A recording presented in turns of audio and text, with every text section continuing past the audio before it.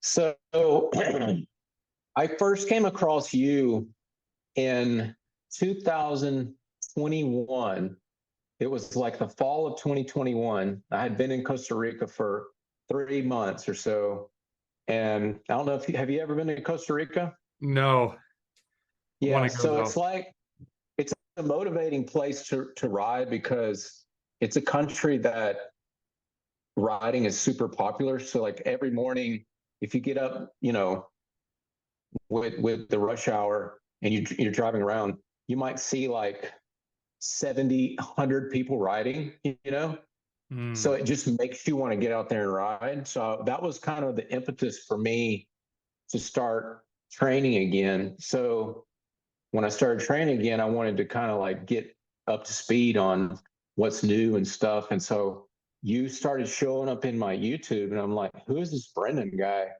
And you kind of like got your videos kind of got me back into the mindset, and got me up to date with the training philosophies and what's going on. And then I started to watch you on Strava and just social media, and because when I got back into it, I'm like, so why am I doing this? And I thought, well, I'll start, trying to compete on the masters level. And I saw you, I was like, well, I got to follow this guy because if I want to win, I got to be. And and then I really started knowing who you were, and got to do some races with you, and and really respect what you've been doing. So I just wanted to interview you, and I feel like you deserve to be interviewed, and let people kind of get your story. So, um, how did you start getting athletic? Did you grow up athletic? Yeah, and first off, thanks for those really kind words because you're somebody that I'm trying to chase. And we just recorded a podcast for Evoke, and that was the one thing that I said is you've made it on the podium of amateur nats, which is something I've not been able to do, and it is like a thorn in my side. And I don't know if time is running out on that, but yes, I really appreciate your compliments. Means a lot coming from someone like you. And athletic, I think, yeah, I was always really into sports, really into playing sports. I watched some sports, but even now, like I don't watch a ton of pro cycling. I think that's one thing that surprised people. There was you don't really watch races that often. And I did when I lived in upstate New York and there was winter time and you had to be indoors, but I just prefer to be outside. I played basketball and volleyball in high school, and we had some really good teams. And then college fell out of the athletic lifestyle, and really by probably the grace of God, I found cycling. There was a guy that I was drinking with that rode in high school. We actually played volleyball together in high school. I didn't realize he left volleyball practice and went and raced a bicycle. Didn't even know that was a thing. I mean, I've obviously heard of the Tour de France, but never really like keyed in that there were people in Rochester racing, and there's a huge community there. And so when we circled back, when I moved back to Rochester, I was 26 years old. And I didn't even remember how we linked up riding. And I kind of found out that there was this racing thing going on. And someone separate, he was a Cat 1, he would drop me off after 2 hours and go. And I'm like, you going home? He's like, no, I'm going to go ride 3 more hours. I'm like, what? You're going to ride 5 hours? Like, what the hell are you doing that for? So that like started everything. So, is anyone in your family athletic? Oh, my dad played baseball through high school. I would say he was a good dad athlete, like could definitely beat me in everything until I like started to man up. And my three siblings, I would say mediocre. Sorry to my sisters, but yeah, no one was like crushing. And yeah. So you grew up in New York? Yeah, but by Canada, so in Rochester, truly upstate. I mean, some people think upstate is Yonkers, which I guess technically it's called that, but to people that live in Western New York, we call that like actual upstate, even though it's sort of a misnomer. How old were you when you left New York? 20. Well, I left New York a lot of times. Left for college, Oh, okay. And then from college, went to Chicago. Two of my sisters, one still lives there, two lived there at the time. And then left Chicago and was going to move to New York City and got sucked into Rochester. And that was when I was, that was 2009. And then I left in 2016. I was planning to leave in 2014 and won a competition to get, I got an MBA scholarship through the Simon School. So I was like, man, I really can't not go do that. So stayed for 2 more years, which was definitely, it was an awesome experience. But by the time it was over, I was like not halfway out the door. I was fully checked out and on my way to Nashville. So why'd you move to Nashville? So I was looking for a place that had better weather, to be honest with you. I had been doing medical sales for a while, was pretty just burnt out of the scene. It was all spinal implants. And Patrick Wally had moved to Nashville, and, he's riding outside in December. And one day my dad was like, why do you live here? You love riding this bike, and there's maybe 4 good months, Mm-hmm. and I kind of kept talking about it. And one day my dad goes, hey man, you gonna talk about it? Or you gonna do it? And I was like, oh, okay, damn, dude. Okay. And so I just finally was like, I'm gonna either move to Charlotte or I'm gonna move to Nashville. And I went down to visit Patrick a few times. Like, I'm just gonna come down here and find a job, and just started hustling when I got down there. And through another cyclist, met a surgeon, converted his business, and like got things like jumping off within 3 or 4 months time. That actually went south, which eventually allowed me to move to Memphis. And then, yeah, just kind of all kept going that way. So yeah, quick stint in Tennessee, a couple years. What year did you move to Nashville? 2016. So when did you do your first USAC race? 2009. Actually, I think I did 2008. So I was doing club race. A guy, shout out to Josh Keefe, brought me. So Genesee Valley Cycling Club, I've talked about, if people listen to the EVOQ Bike podcast, it's called G Tour, and it's Tuesday nights. It's like, maybe, it depends on the night, there could be 100 people there. And it's Cat 1, 2, 3 is A group, 4, 5 is the B group. You go and you do a 35, 40-mile road race. And there's now like 10 different courses, I want to say. Super dynamic, learned so much. Did those. The first one I went to, I absolutely hated, because I wasn't used to race. I wasn't used to riding next to people. I'd never done a group ride. So my friend brings me here, and we're like, the group goes off and we're racing. I'm like, what the hell is going on? I'm in basketball shorts.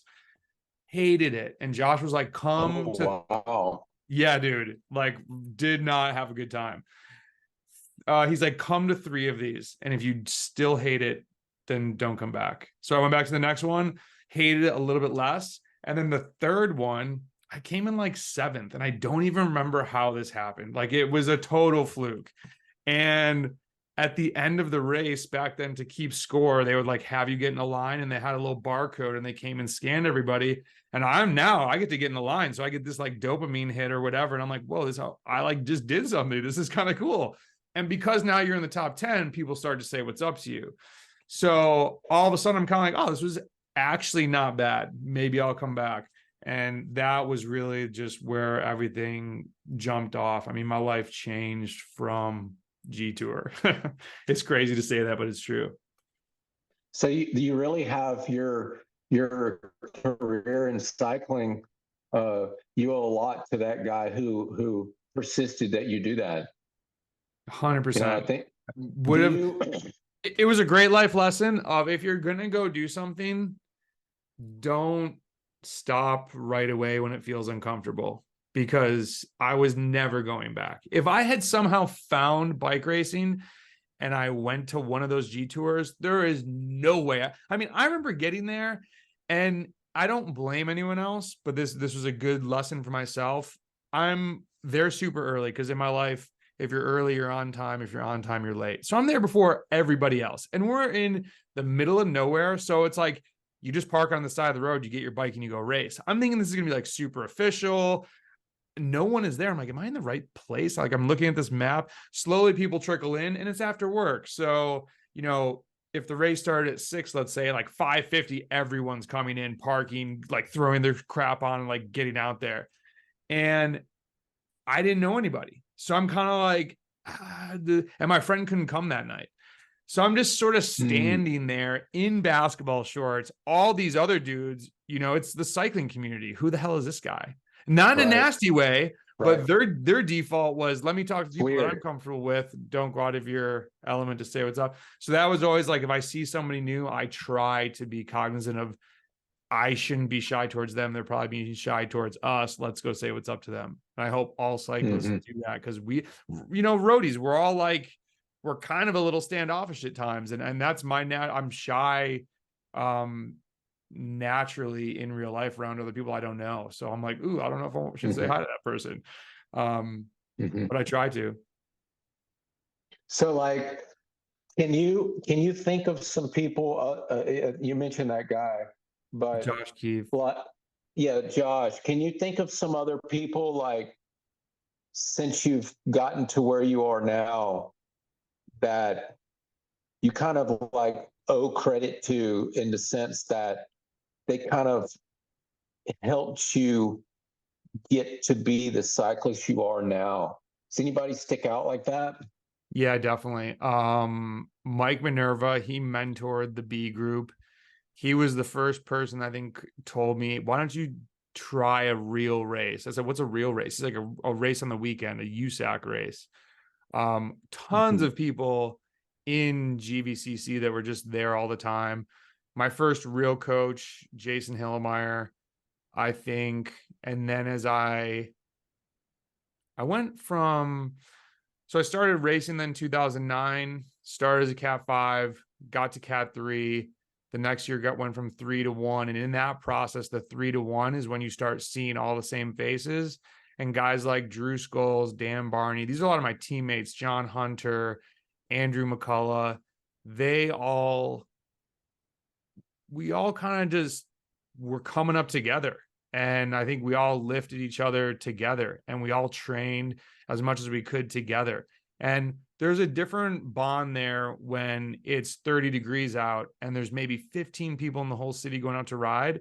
Like, those are your people, because then springtime comes and everybody starts coming out, and you're all just on another level. It's like, not even, and I don't say that with ego. It's literally, if you train properly and do base training, the people that come out and haven't done anything all winter are just not even close to you. It's not. So no. We were all like, we became the best team in Rochester. We became, I think I would look at us as, if you ask people regionally, we were like a respected squad.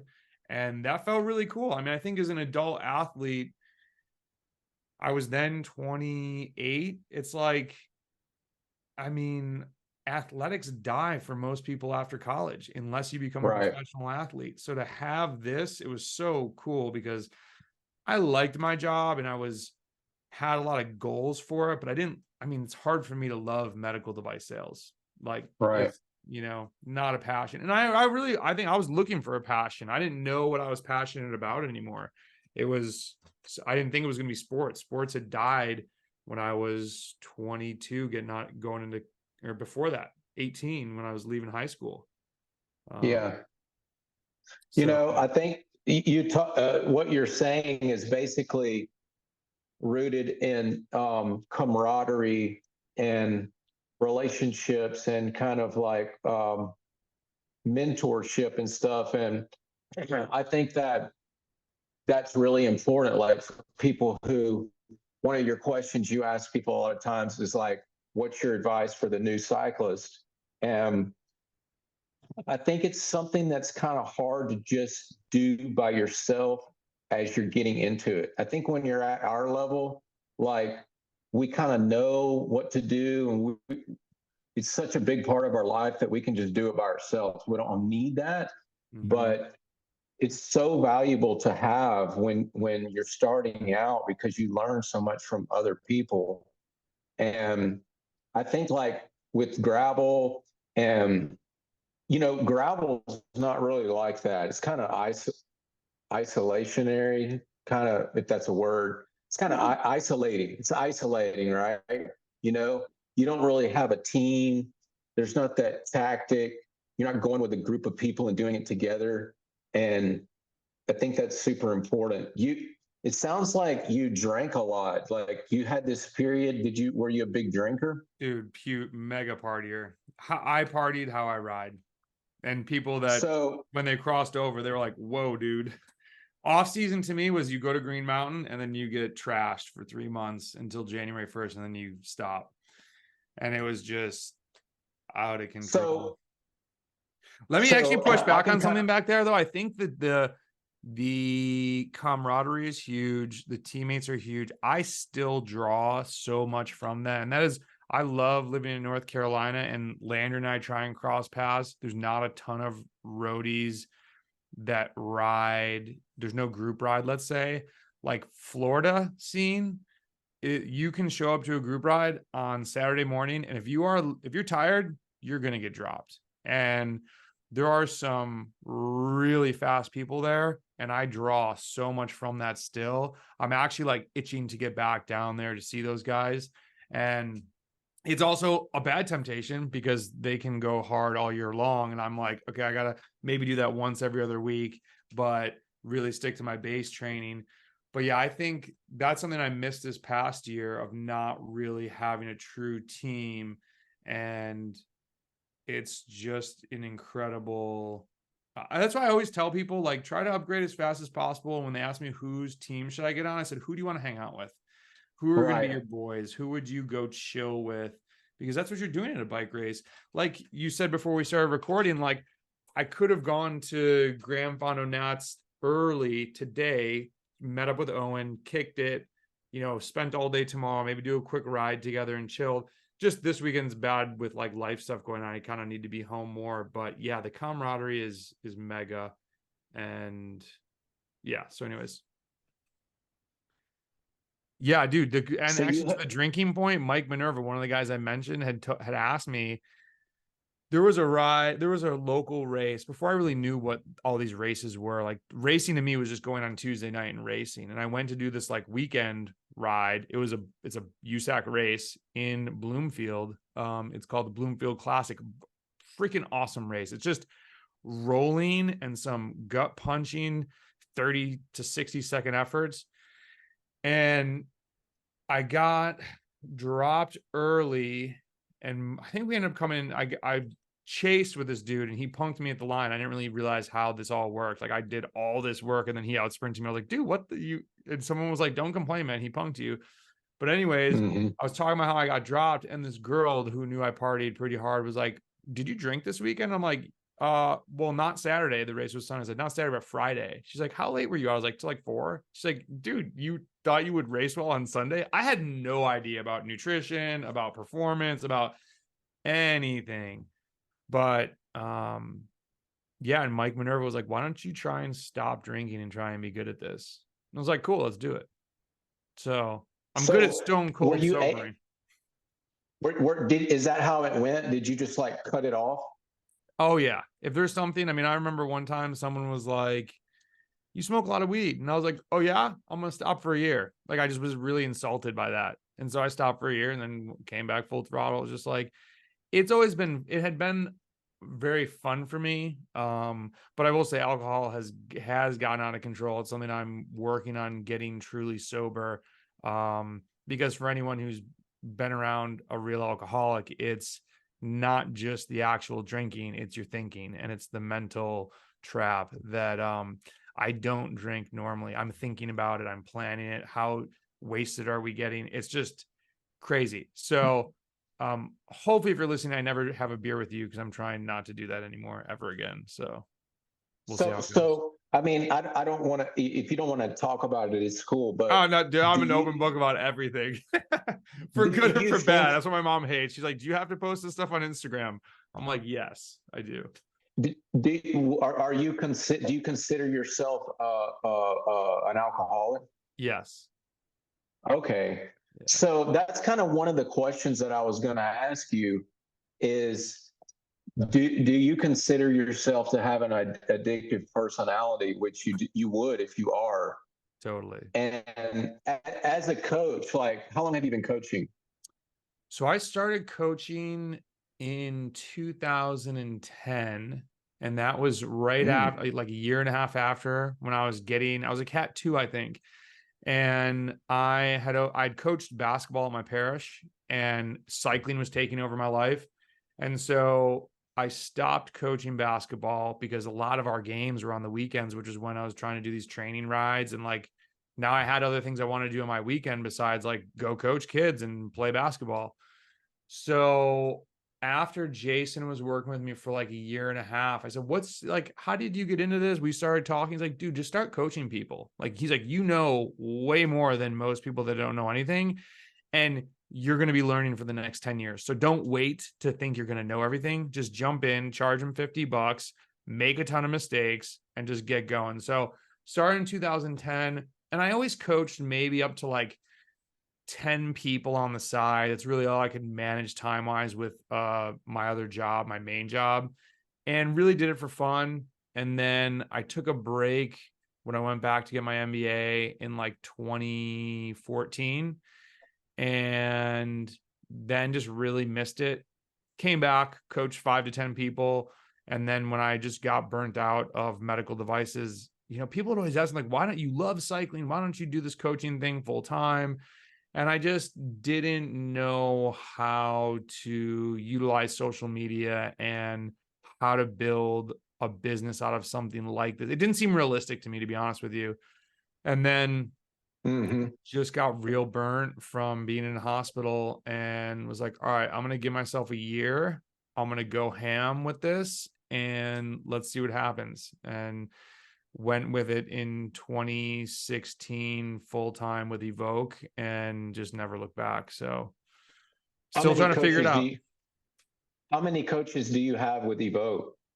Right now we have 4 others, and we've had as many as 7 of us at once. We grew a little too fast too soon.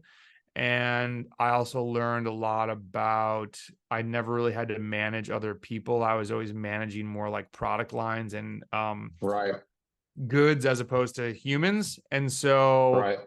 that was really good learning experience. And so we kind of throttled things back, and then just learning a lot of, there's differences in this type of thing when there's some people who are doing it full time, some people who are doing it part time, motivation, ambition. Are they doing it as a side hustle? Their motives are very different than someone that wants to be a hmm part of a cycling coaching company that wants to have a positive impact. I mean, that's really, you made a comment about mentorship. I hope that if, it's always funny when you're in something, you don't know how people view you. And I like on our coaches call, I'm like, I wonder sometimes like what people, like if people see Evoke, like what do they, how do we come across? And I hope that it's like, this is a group of people that, yes, they coach, but we try to be mentors to people that don't have a community. There's somebody in, North Dakota, or not to pick on North Dakota, maybe they have a huge community. Someone somewhere doesn't have a bike community. They don't have a G tour. And they're like, hmm I picture me without all of those people that help me. I mean, I wouldn't know anything. And so Right. hopefully, if they stumble across our site or the YouTube or the podcast, they're like, oh man, okay, that was really basic. Let me take this and implement it.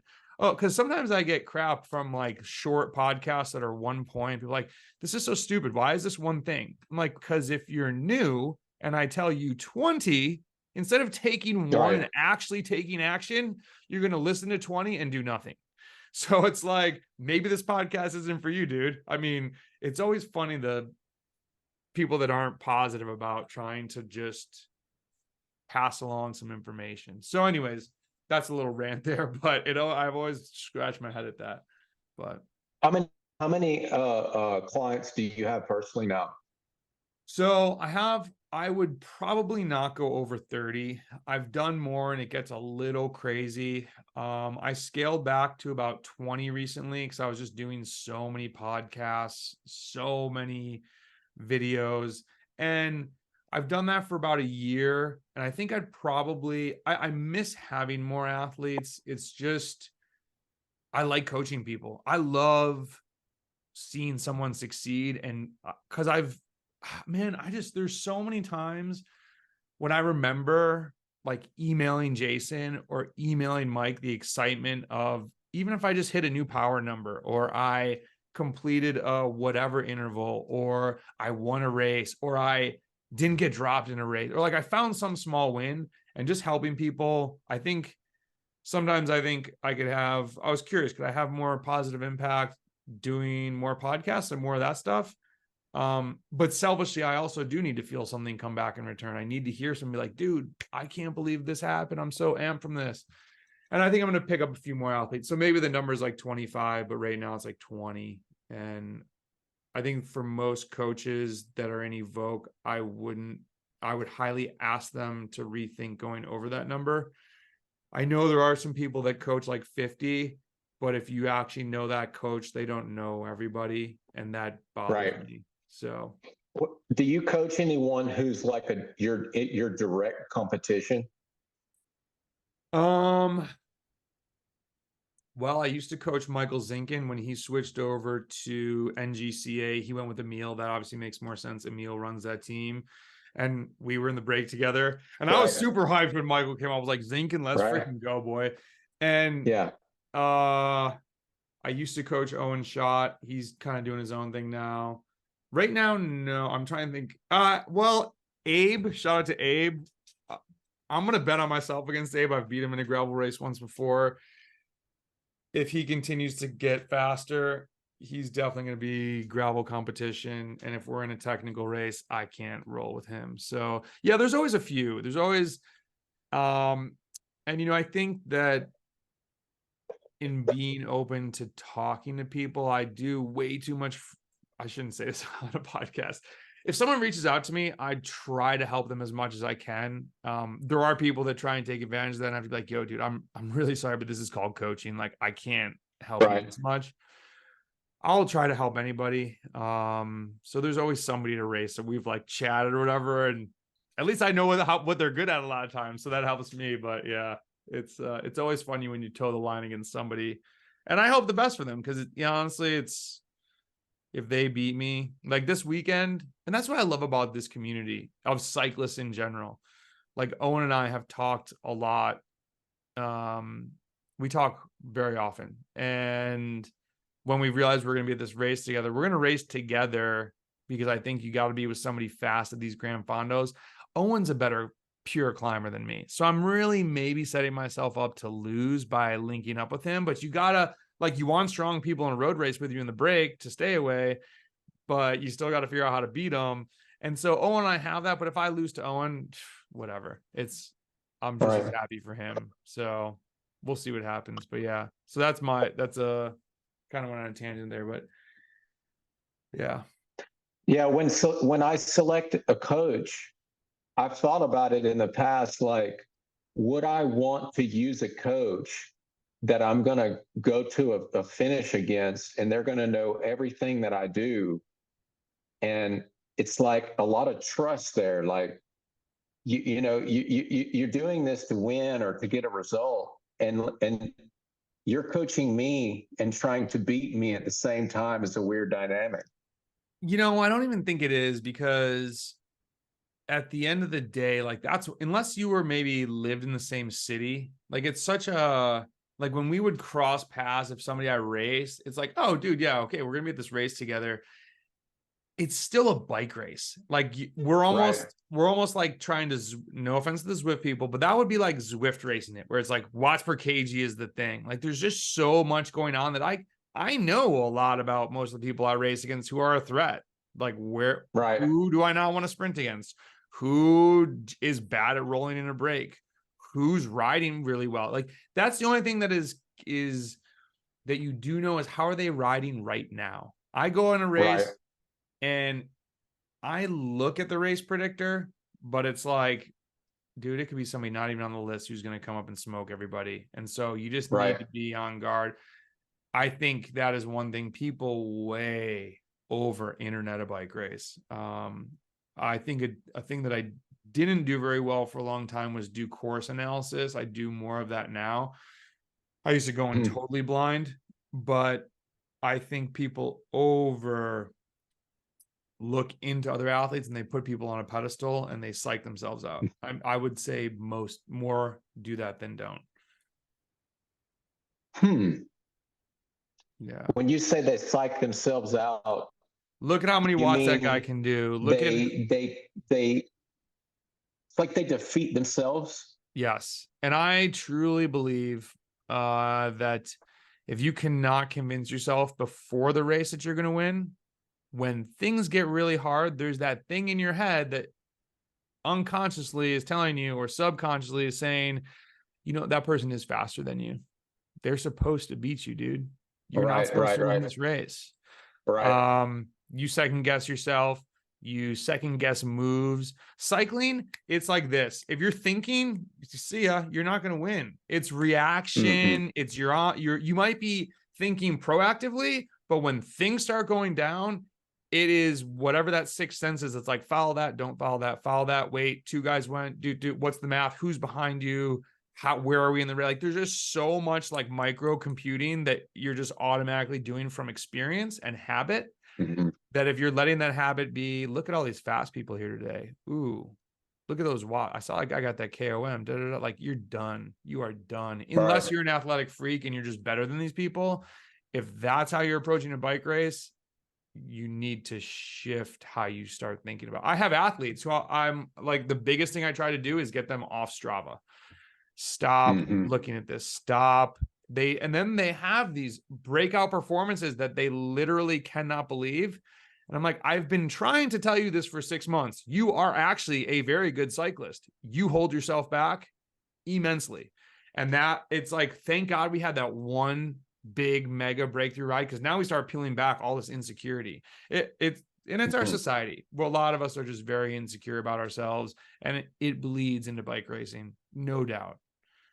No doubt. Since you've coached so many people, like you have a different perspective on riders than someone who doesn't coach. Do you come across a lot of bike racers that have addictive personalities? I would say is addictive or just very passionate and driven and motivated. Right. Yes. To the point where, yeah, they're ready to do the work. They are probably ready. Most of us are ready to do too much work. We're very strict to the schedule. We're really hard on ourselves. And I think all of that actually are very good characteristics, as long as you can listen to your coach when they say you're being way too hard on yourself, or you're not being realistic, or, you know, someone has to take a week off of training for whatever, or they have a work trip and they're gone for 4 days and they come back and like, I suck, I'm terrible, this, like, that workout was horrible, like, what happened to me? It's like, yo, hold on a second. You are an athlete that understands endurance sports and that there are no shortcuts. If you go and you stand at the booth for work for 4 days, when you come back, you think you're going to be hitting home runs. Give yourself a couple days to get back into the swing of things. And I promise you, in 5 days, you'll be feeling great. And that, like, that scenario is what I use a coach for, is like, let me talk through this, because there are times when I'm in my own training and racing where it's just like, I need to talk to somebody about this that actually knows what I've been doing every day for the past 6 weeks.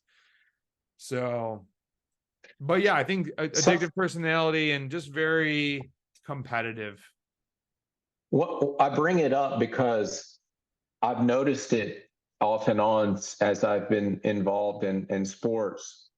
And if you look at what an addiction is, it's like a mindset about something that you can't not do that thing. If you don't do it, you're not okay. What's that? Power of habit. It goes in on like some stuff for like alcoholics and just why we do a lot of stuff. So much of what we do is a habit. And so especially when we're messing with our brain chemicals and we go out, we do this thing, we get the high, we come back and we feel good. And now, especially with social media, give me my kudos. Let me post about it on Instagram. Let me get some, like, that is a whole nother layer that, thank God I did not start cycling with that.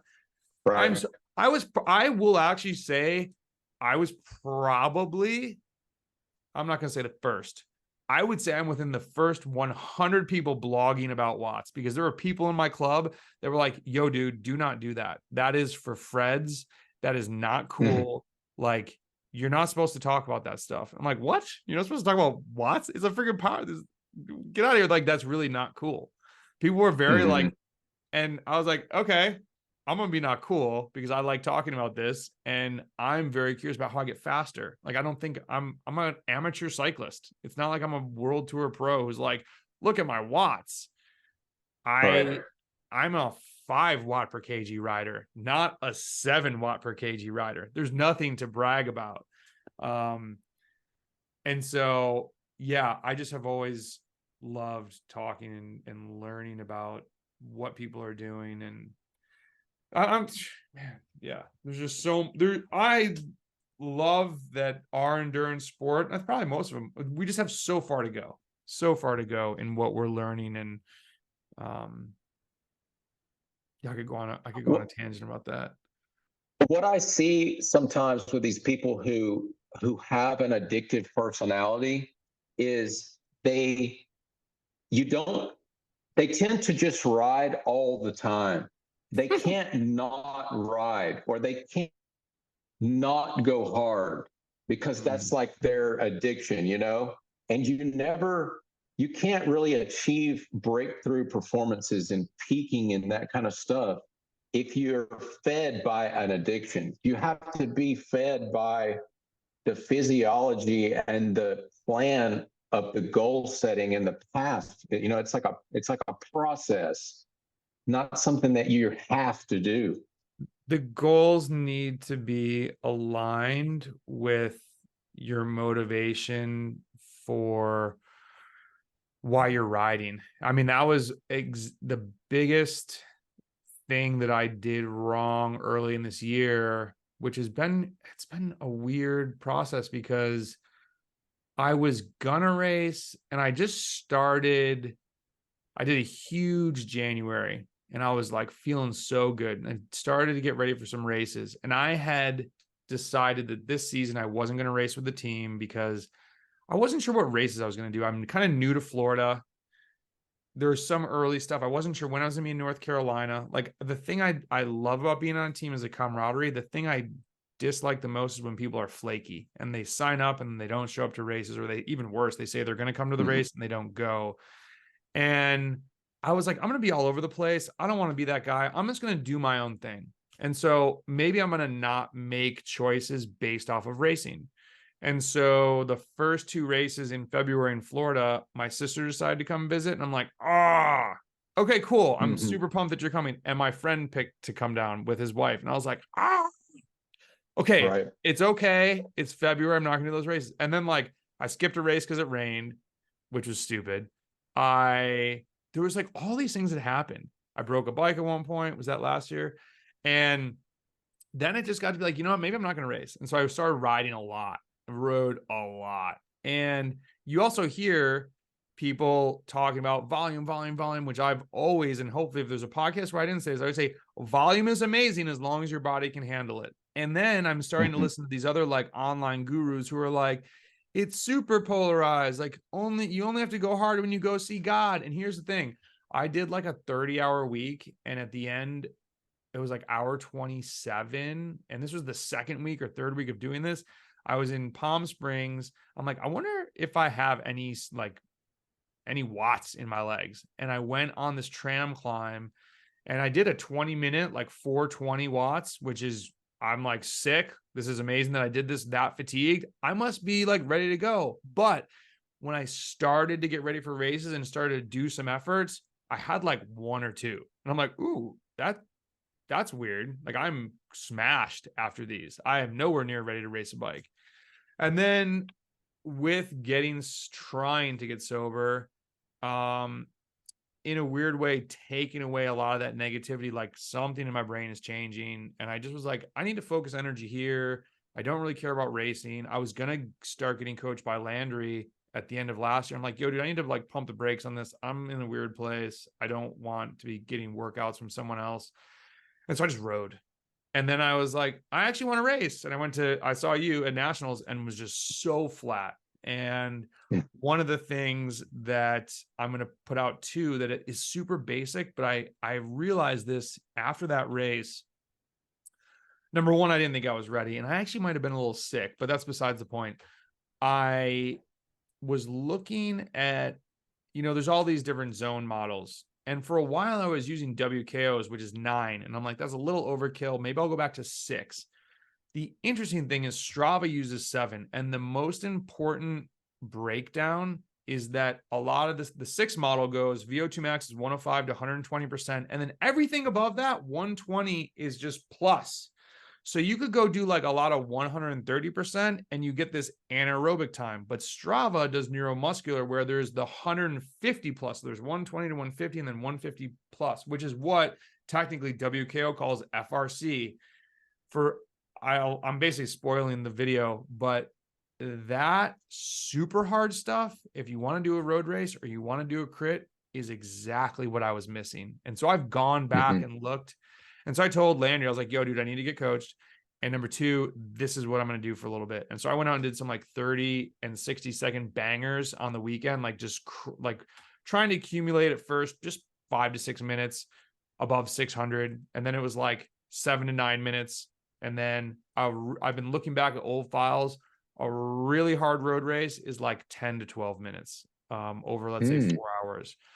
So I'm going to put together some insights, but that really changed everything for me of being able to, within probably ride less and do that. And maybe in a month's time, I was like, okay, I feel confident in going to race. Gravel racing, I could fake it at because it's just so long that's like, don't get dropped in the beginning and I could hang. But road race, just a different beast. And so, yeah, tangent. How do you coach those 20 people and have that much time to ride? How do you fit all that in? Yeah, I'm like it's taken time of getting the process really dialed and communicating in an effective way. And I've even done things like, there's always athletes that take longer. So there was a period of time, I think when I was coaching like 27 or 28 people, I would start going. So I go through every file. I comment on every ride. And Wow. if I would start a timer and I would see how long athlete A took, and then I would do B. And then when there was an outlier, I'm like, why is this person taking longer?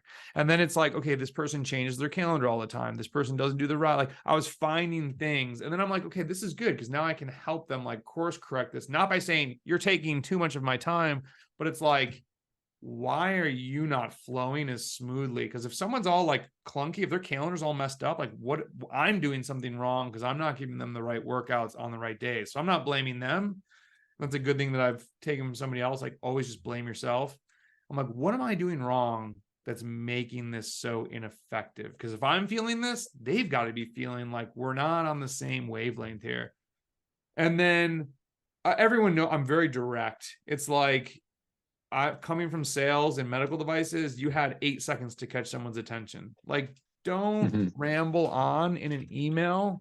And I don't want to say, sometimes I say things that like, this could hurt an athlete's feelings, but I would politely tell someone if every write-up is like, I ate this peanut butter and jelly sandwich and then I went outside and it was sunny. And I'm like, hey, I'm happy for you to write that if you find it effective.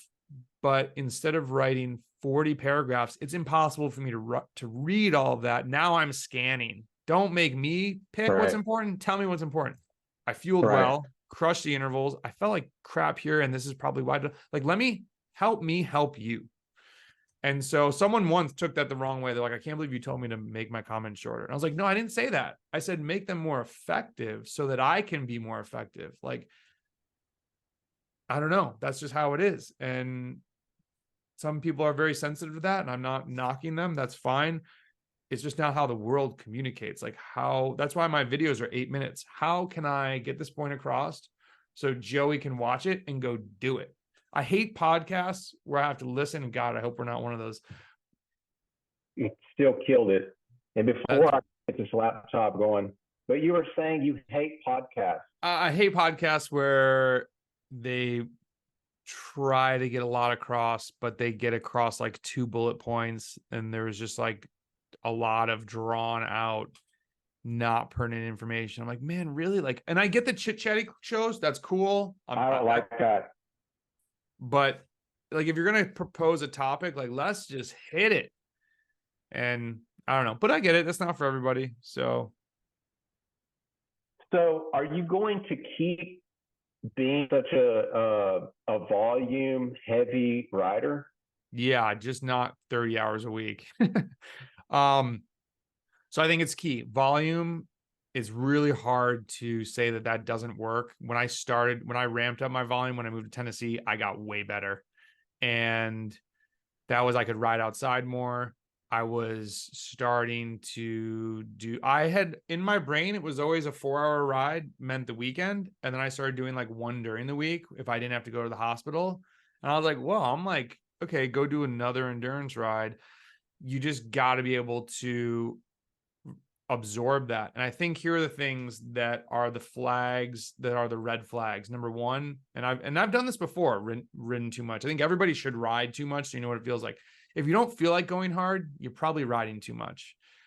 I started to realize I was maybe not excited to race, because I was just tired. Like, I didn't really want to pack up my bags and go race. Now I'm like, I'm so hyped to go tomorrow. Like, I got my podcast ready. I'm gonna pack my bags in a little bit. I'm like stoked to see Owen.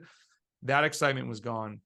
And then I think the biggest thing is if you go to do intervals and you're not able to get through sets, or you have nothing at the end, you're probably riding too much. And that's really, I've gotten away a lot from caring so much about the watts per kg chart. Like, what is my one best effort? Because I've had great ones of those and I'm not race ready. You got to be able to do efforts at the end of the bike race if you actually want to do well. And even at the group ride, so it's do the volume, get the intensity in. And I think it is, as whatever we hear a million times now, keep the easy days easier. I ride my endurance rides a little bit easier now. And when you go hard, go real freaking hard, like really hard. Okay. So one of the questions I had for you was like, since cycling is now your business, do you feel like certain pressures for your business, like for yourself and your personal cycling, because this is your business? Like for me, like I know, like next year, if I don't race, that's just me, my decision. Doesn't affect anybody. It benefits my wife. But it's like, for you, do you feel some kind of tension to do it or to perform because of that? I thought about that a lot before. And at the end of the day, no one really cares. The only person that really cares about my results are me. No one, no one can remember the things that I've won or the things that I've lost. I mean, maybe a couple things, but like not many. We're naturally focused on ourselves. And so as long as I can show someone that I can make them faster, that's what they're into this for. That's why they're calling EVOQ. Most people, a lot of athletes, they are like, hey, I found your blog, da, da, da, like word, right? Yeah. So they might find a YouTube video, and then 4 months in, they might be like, oh, dude, you race a lot. Like, oh, this is funny. They don't know that I've raced. Okay. Yeah. I'm like, dude, that's why I'm like super excited about you racing. I really love this. And so I think there's certain people that do look for someone to get coached when they're at the races. But then at the same time, I would push back, like, your coach isn't most likely going to be at all your races. And so do I feel pressure? If you'd asked me this 5 years ago, probably more. I don't really coach many people locally. Like, and we have athletes in Europe, and like people are just all over the place now because of the internet. So people, I've got a guy in the UAE who, shout out Divya. He's like, yo, man, this is so sick that you just won that race. So he sees that and that motivates him. I think that's important. But really, like when we really think about it, I'm more worried about him doing well at his race that's coming up. And that's been really good. I'm glad that. What's that? I'm glad that you feel like that, because it would be unfortunate to feel like you had to do it because of this other side. Yeah, and I think, humans are really smart with intuition, and people can smell BS. Like if you're out there and you're just doing it for a job, then you're there for the wrong reasons and you're not. um Yeah. one guy said to me, and shout out to Dan, this guy who lives in Germany, and he was like, I had asked him one point, he was an early Evoke athlete. I'm like, what do you think brings people, like, what do you think people like about Evoke? He said, do you know what I like about Evoke? You're not a former world tour super athlete freak. He's like, no offense. You're just like a dude who got into this, like so many of us, and you work your ass off and you love it. Like, he's like, dude, I watch you on Instagram. Like, you are obsessed with this. And then you put a ton of that energy into me getting faster. If I felt like I had to go race, Dan's not going to feel that because I'm not Right. going to be emoting that. I'm going to be faking this. Like, yo, I got to be here to try and get a paycheck. That sucks. Right. And so, Right. you know, so I really, that's the biggest thing. Like, and I'll have conversations. There are athletes that, and this is kind of a weird tangent, but I think it's important to have, like, some athletes outgrow me, especially like my mountain bike people, where I'm like, yo, you might be better off with Tom or Josh right now. We've made tons of power gains. Like, we're getting into the nitty gritty. I don't know if I'm the best person to get you that last 1%. Like, you should probably get with a mountain biker. I do really Hmm. well with mountain bikers because since I don't mountain bike, I like over freak out about their stuff sometimes. It like worries me that I'm faking it. And that's made me a better coach at the disciplines that I don't participate in. Um, and a random question, I think cyclocross racers are the hardest to coach because it's so full gas that I think their training is so make or break. Like, you read about cross riders that have a great season or they have a really bad season, or they have, like, they train a little bit not hard enough or they train too hard. And then there's all the bike skill work that I can't make you better, jumping on, jumping off, doing the Right. airs, all that stuff. So I'm like, man, cross racers are tough. When they crush, and the coach looks great. When they don't, it's like, dude, where do we go wrong? Um, yeah. So anyways, What do, tangent. what do you want to do with your cycling, or like in the future? What are how do you want your cycling to go? Like, what do you want to accomplish with it now? What do you want to experience with it? Yeah. I think now I so kind of tied into do I feel like I need to race for Evoke? So we're coming up on 5 years. This was the first year I've ever been at a race, and people have been like, it confused me actually. Yo, Evoke. And I was like, yo, what's up? Like, I forget that I put out all these YouTube videos. And the dude's like, I watch your videos. I was like, oh, yo, what's up? That's crazy. What's up, dude in Maryland? And so for me, that actually made me feel like, oh, we're making a positive impact here. Like, someone actually just shouted me out. Someone told me that they raced with a YouTuber. I was like, ooh, I don't know if I want to be called a YouTuber. But at the same time, I was like, okay, we're spreading some like positive knowledge. It's making an impact in these people's training. And it means a ton when people reach out by email like, yo, I've watched these videos and I changed this and I'm 10 watts higher than whatever. So I think part of it is, what do I want to accomplish with my cycling? Somehow just give out more motivation to like keep going after it.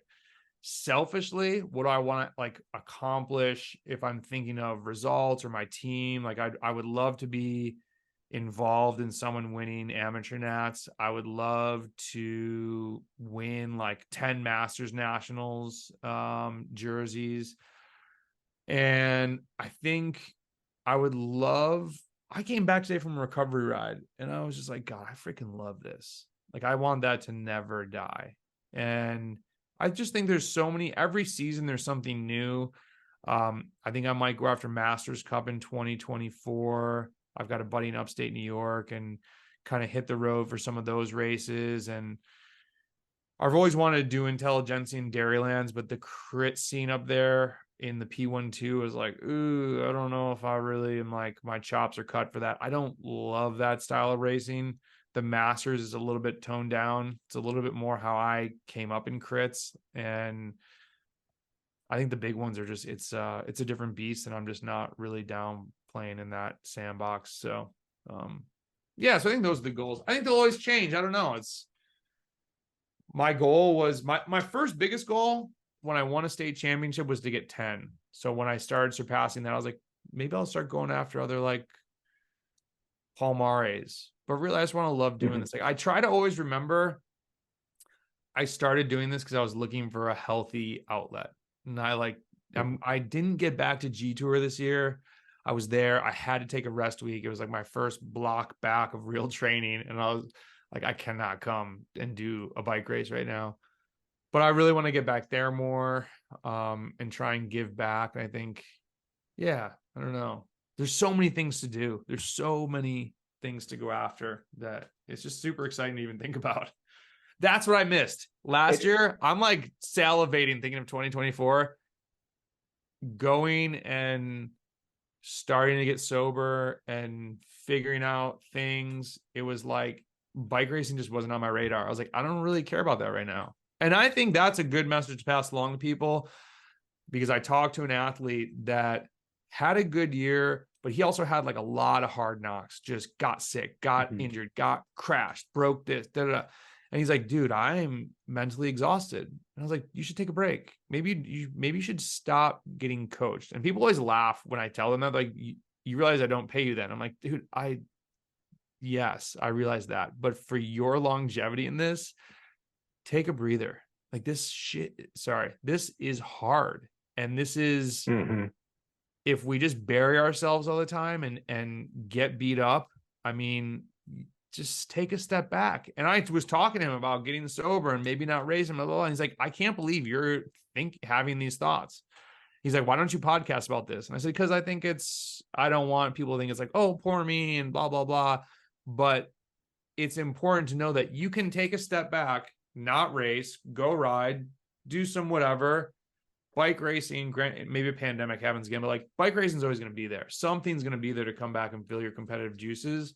Go miss it a little bit. And that's okay. That's really good advice. You know, it's like a lot of people feel like they can't stop, like something like they don't know who they are if they don't do that. Like, who are they? You know, it's like you're still Brendan House, or if you don't go to this race on a weekend.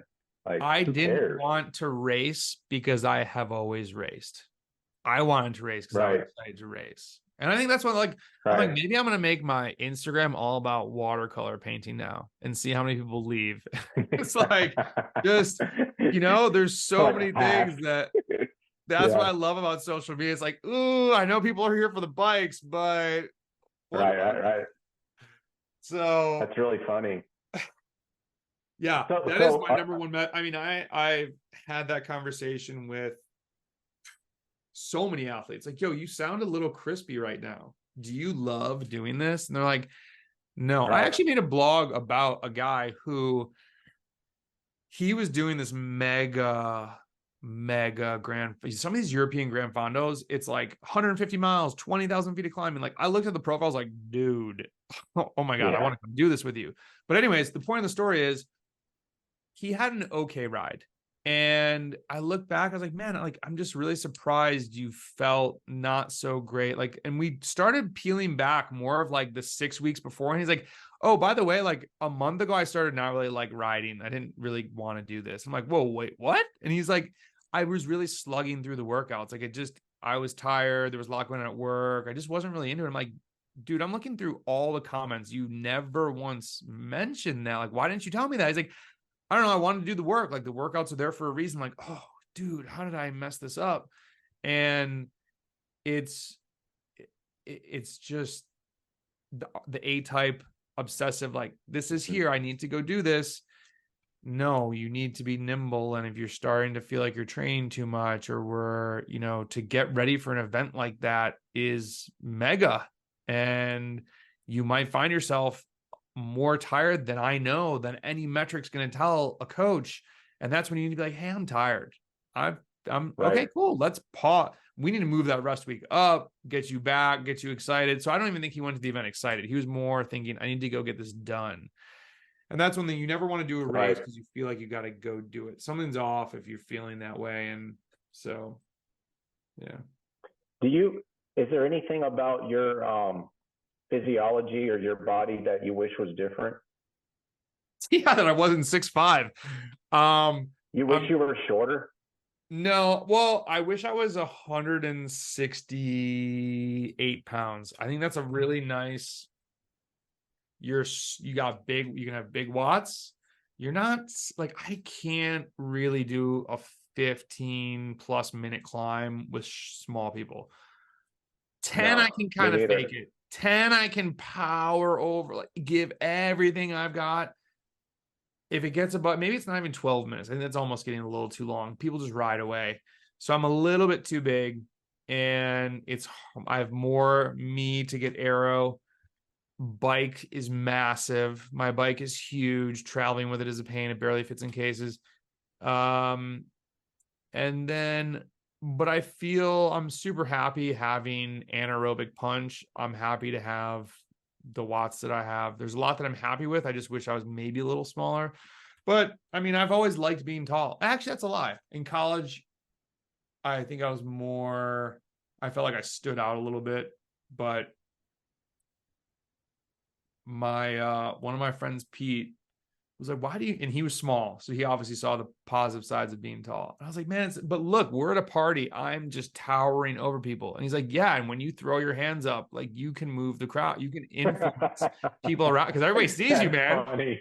And I was like, that's a really cool way of looking at it. I'm gonna roll with that. Yeah. And so I've always kind of kept that, like, find the positive in it. And yeah, my friends, like we're at a concert, it's like, oh, I can go to the bathroom, I can find our friends because look for your like big ass hat, and there you are, there we are, like, dude, you're the little totem pole. I'm like, thanks. But yeah, so no, I think, it is. Do you have any? Is there anything about your body that's caused you like to be injured like repeatedly, or like nagging little things that you have to deal with? No, I had a injury to my peritoneu, the sheath outside your Achilles, which I think was too much riding. When I first started, it was the 2012, I want to say. So I was still, I'd been a Cat 1 a couple years, slowly riding more, trying to get outside more in the winter. And I think I was healing a little bit on this one bike and like dropping my heel, and just one day I woke up and I couldn't walk. Oh man, what is this? And yeah, so I was off the bike for 40 days going, it was April. It was the worst timing. And so that was a, reflective moment. And I remember talking to the doctor. I said, can I just go ride easy? He said, do you want this to be 80 days or do you want this to be 40 days? I was like, 40.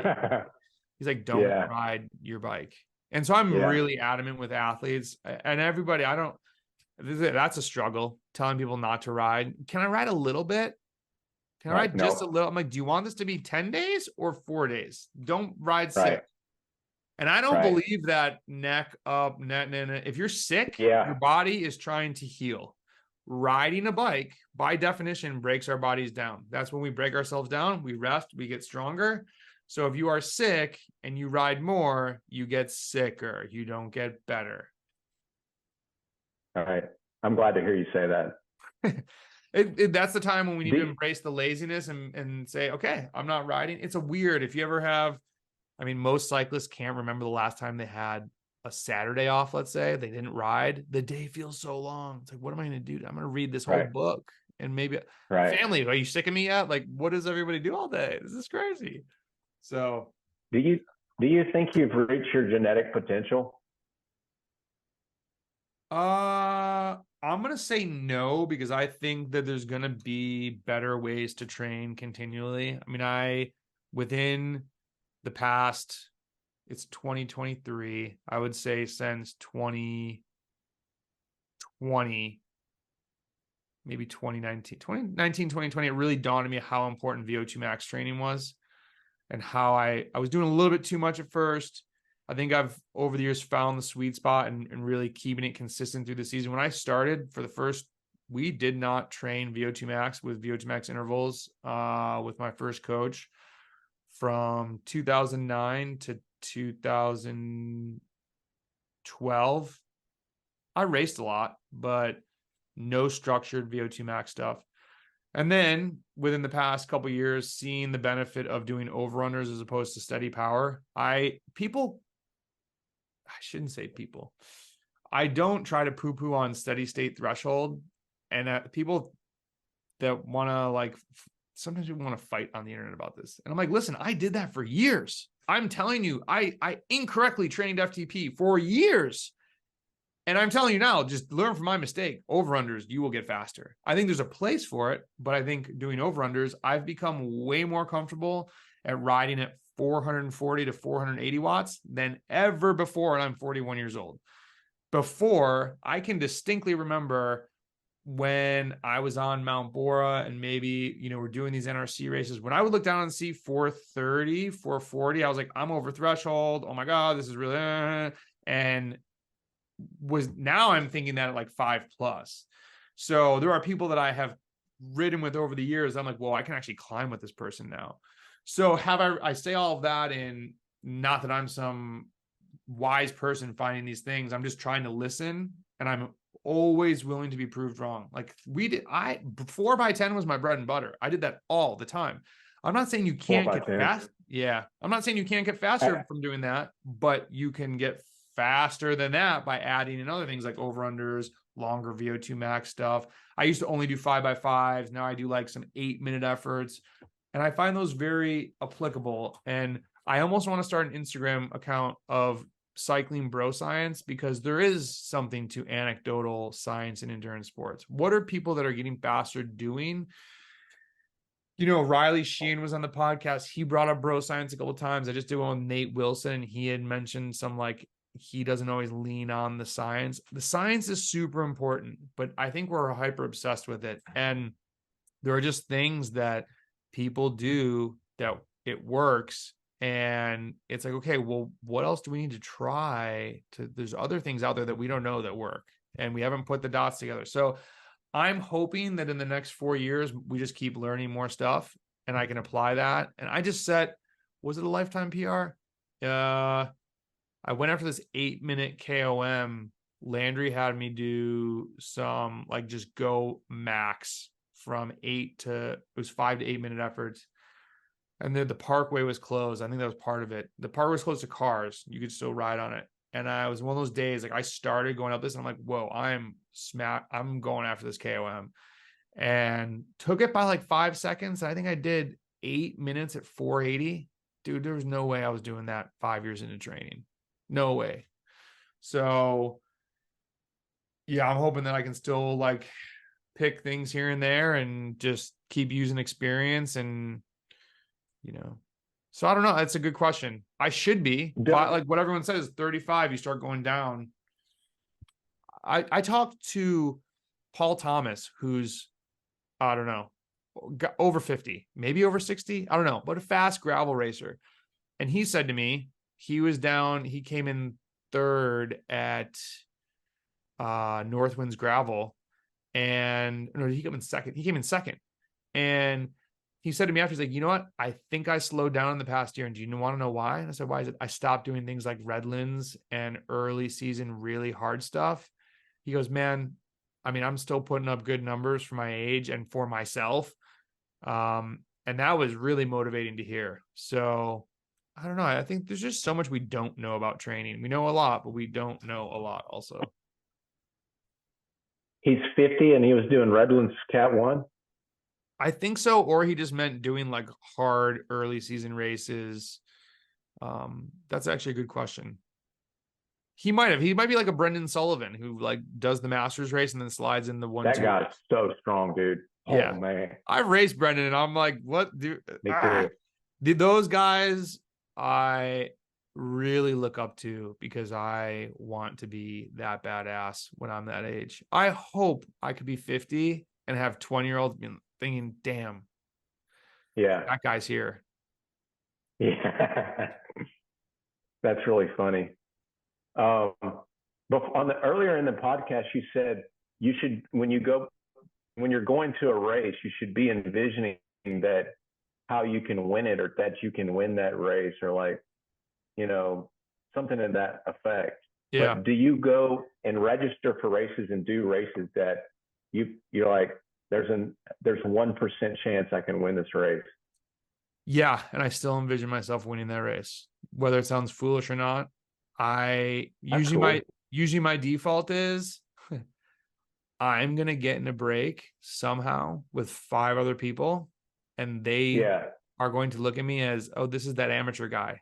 And when I go, they're gonna all look at each other, and I'm gonna win. That's usually the only story. I like that. I'm not going to out sprint somebody. I'm not going to TT off the front. There is a probably less than 1% chance, and it hasn't happened.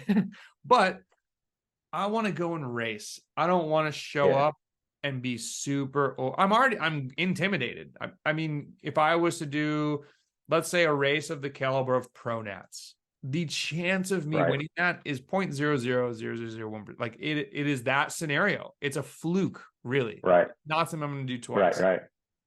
But there's a chance. And the thing that happened when I learned this it was my first year as a Cat 1, Tour Bat and Kill, was not the UCI race that year. It was pros were limited to 3 riders per team if you were a Conti team or pro Conti team.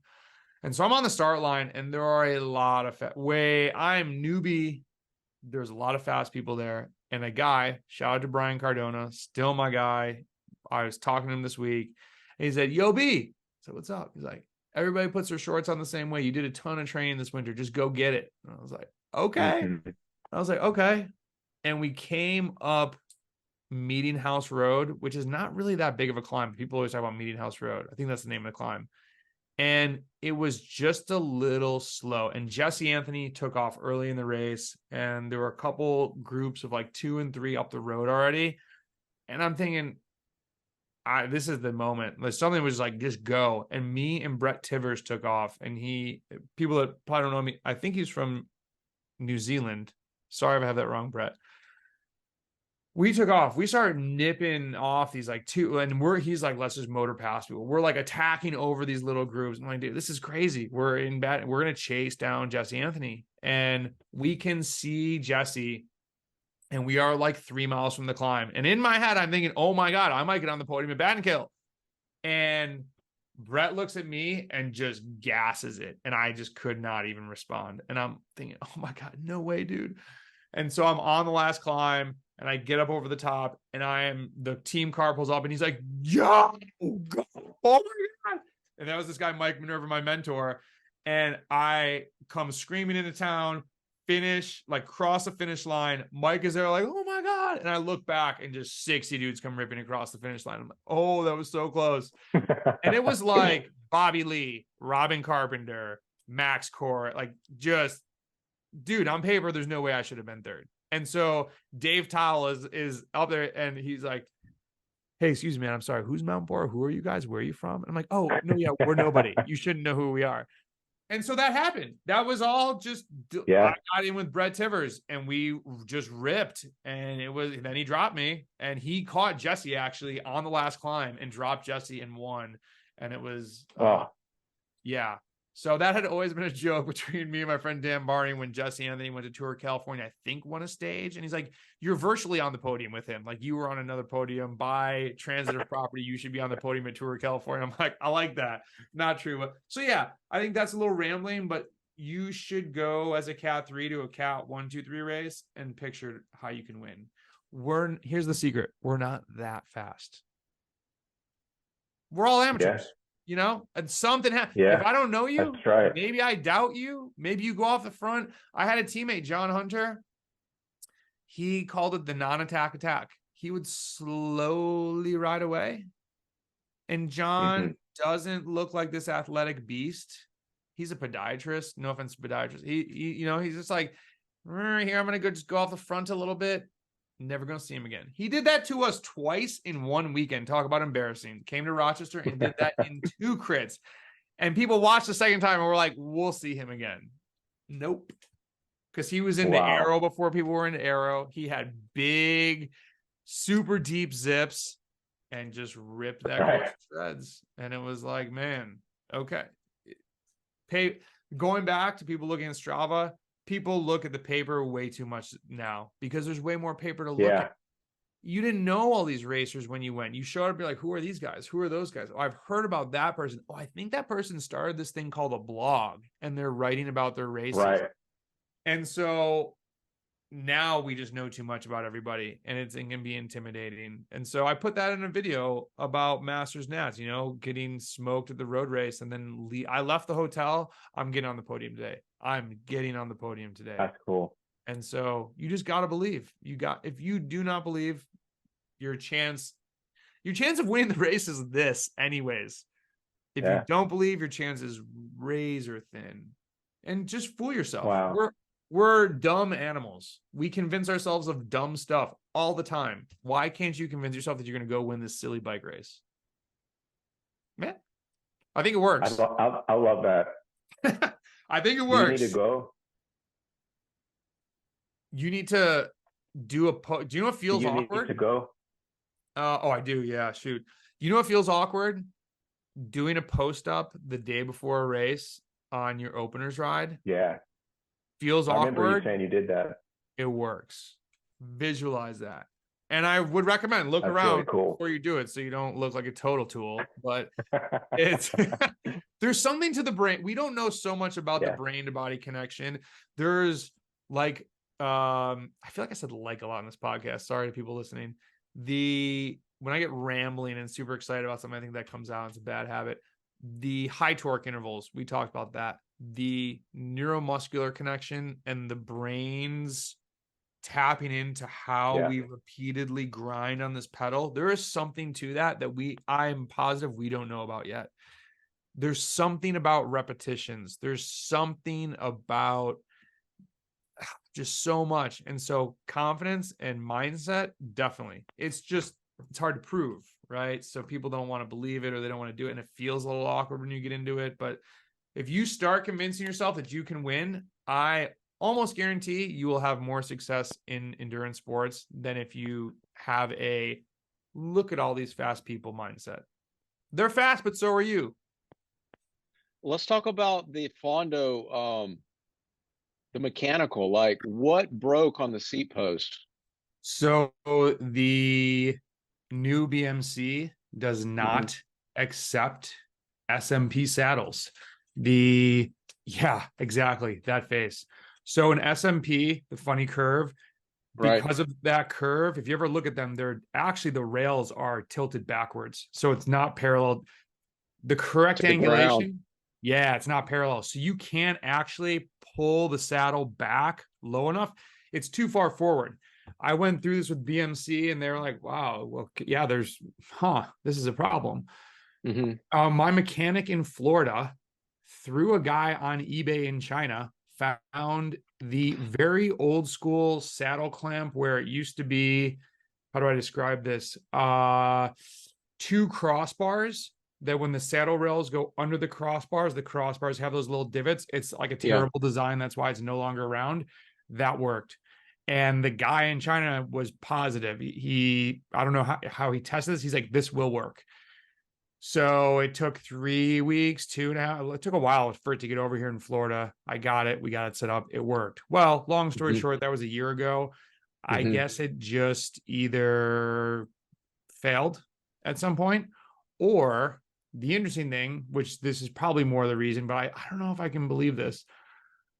After that first KOM, my legs were hitting the seat post. I'm like, what the hell is going on? My saddle had slid all the way back. So at some point it loosened.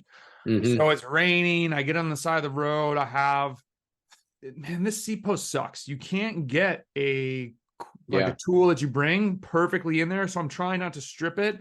Maybe I over torqued it. I cannot fathom that because I barely got it tight enough to the point where I stopped again because I don't think this is tight enough. So, all of a sudden, thank God, I was going straight, and I had just passed Landry and went through this aid station, and I'm maybe going 25, 30, and all I hear is ping, and I slide back, and I'm like, whoa, and I stand up, the saddle goes flying, I hear the pieces go everywhere, slowly just pull over the side of the road, and I went back and I looked around, but it was on this sort of gravelly road, and grabbed the saddle, threw it in my jersey, and I thought, well, I'm luckily 2 miles from an aid station, rode back to the aid station, found people by cars and said, is there any chance anyone is driving back towards the start line? And this guy looks at me and he said, what's up? I said, no saddle. He said, oof, I'll give you a ride back. Savior of the day. Yeah. So that bolt probably broke. It actually wasn't the bolt. That's what Christian thought. He said that those are titanium bolts. It probably just gave, and you should get stainless steel ones. It was the crossbar. The crossbar snapped in half. So and it snapped right by the bolt. So I think it just, I don't know. Durimo, the company out of Spain that makes boutique lightweight carbon parts, some aluminum too, they make aftermarket seat posts for like most of the major bikes. Okay. And the clamping mechanism might be more compatible with S&P than what you've got. Durimo, Darimo. They make really, really lightweight, nice stuff. I have their seat posts, like 3 of their posts. Okay. So check that out. I will check that out because right now I paid extra shipping, so it might get here in 2 weeks. We'll see. So I'm rocking the gravel bike right now. Okay. Not the end of the world. Were you I noticed that you made it through the first like major climb, look like, right? Yeah. And mess that up. I always mess these freaking I need to. I'm not good at playing the game yet.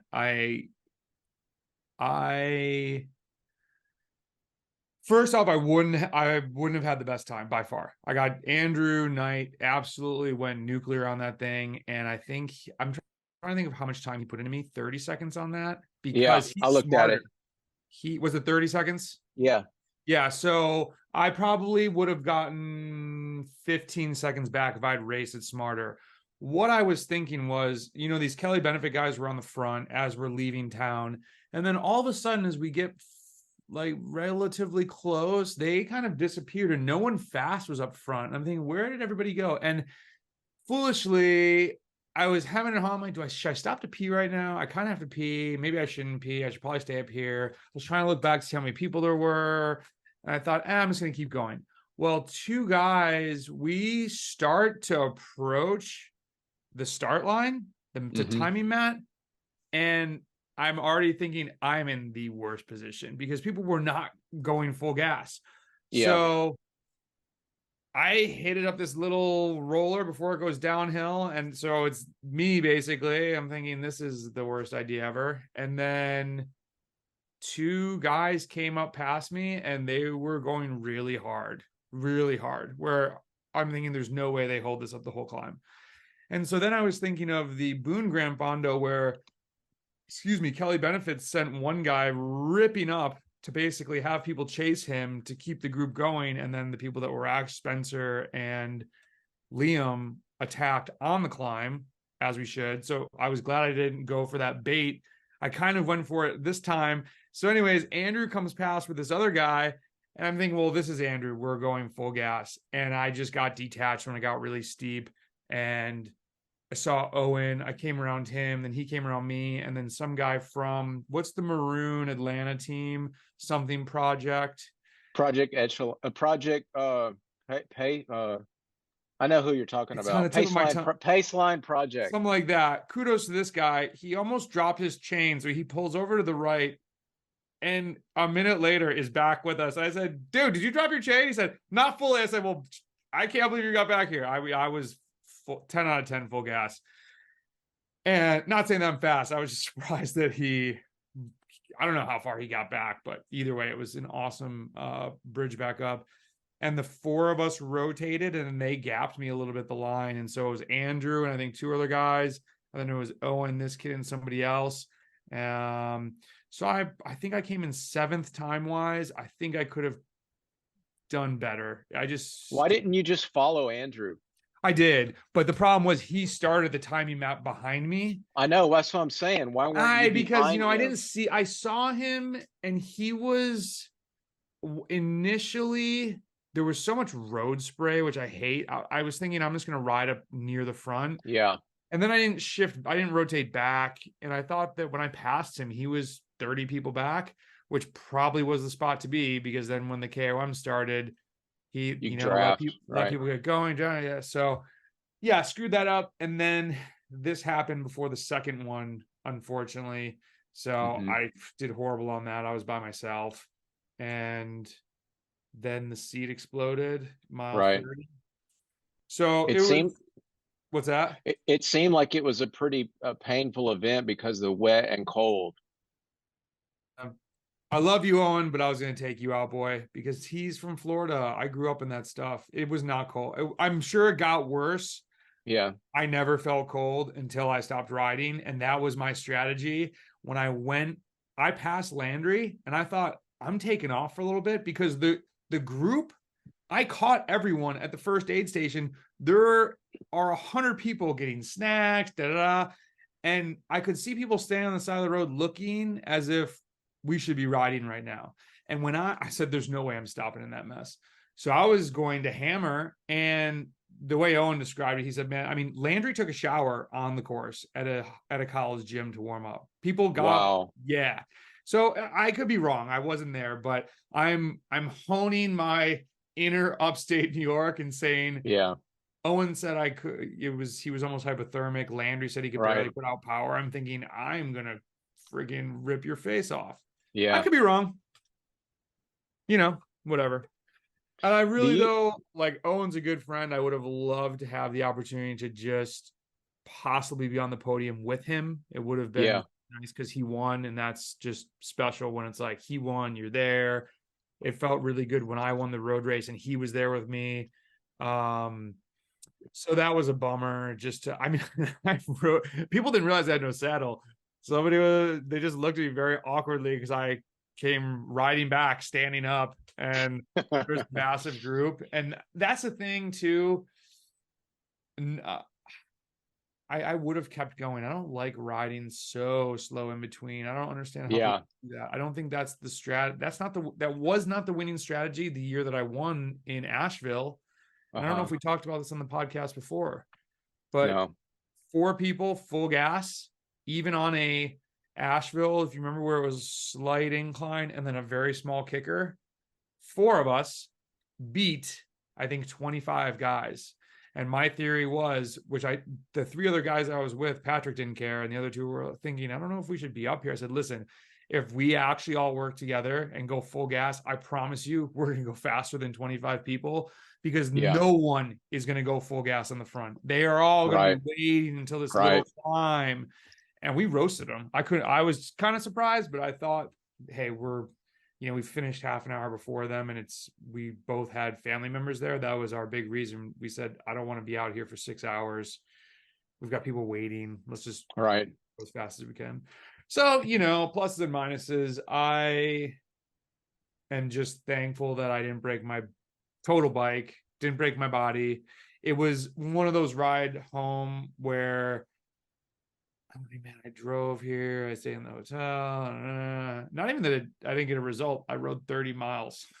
Right. And then I actually said, well, okay, it was like a crit. So yeah, I would just never go that far for a crit. But I don't really like the whole way that USAC does the Grand Fondo competitions. I feel like it should just be your total final time and be like a race, accumulated time. Yeah, which I respect. And a guy brought this up. He said, I hate this format. I said, well, man, you knew what it was. Why are you here? Not to be that guy back to you, but you knew what you signed up for. And I get it, but that's a road race. So they have that event. They want people like this. People really like this. Landry likes this. He said, oh man, I love this, that you only have to focus for 4 segments. And I'm thinking, but people are going literally 15 miles an hour on a flat. I could do that at home. UCI Fondo Championship is an accumulative time. True. And when you qualify for the UCI Fondo, you don't do it. You don't do it at those USAC Fondos. So then though, it almost seems as if it's a road. The UCI Fondo Championship is really the Masters Worlds Championship road race. True. That's what it is, because you have the TT there as well. And they just, it's UCI age group world championship race. It is what it is. Sounded badass this past year. Oh, it's going to be in Toronto, in Montreal in 2 years. Let's go. Yeah, I'd like to go to it every year. It's just, it's all the logistics around it. You need to quit your job. Yeah, I can't do that. Do you ever have events that you feel anxious about, that you have pre-race anxiety at some point prior? Almost all. Yeah. So when do you start feeling that anxiety? How far out from that event do you feel that? Probably if it's something like nationals, Yeah. maybe that. Not, I had zero anxiety for this one. Because honestly, So why did you not have it for this one and you do for others?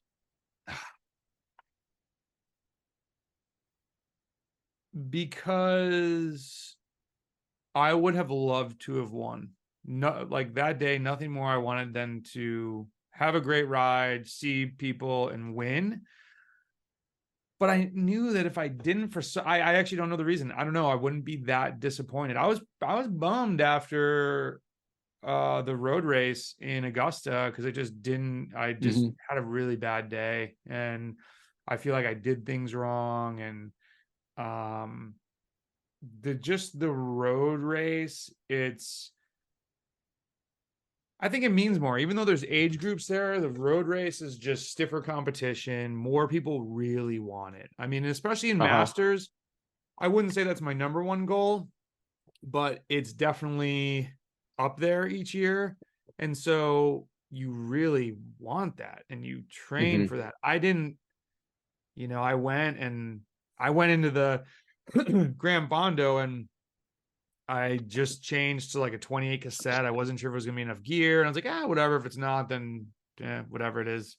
I don't know. I actually don't know the answer. What the lack of, there was not as much disappointment. I was more disappointed that I didn't get to ride that day.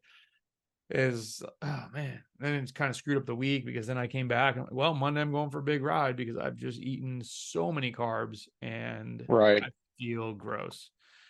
But I think the anxiety, to answer your question, starts maybe on those final workouts, when it's a couple weeks out and you really want to hit something.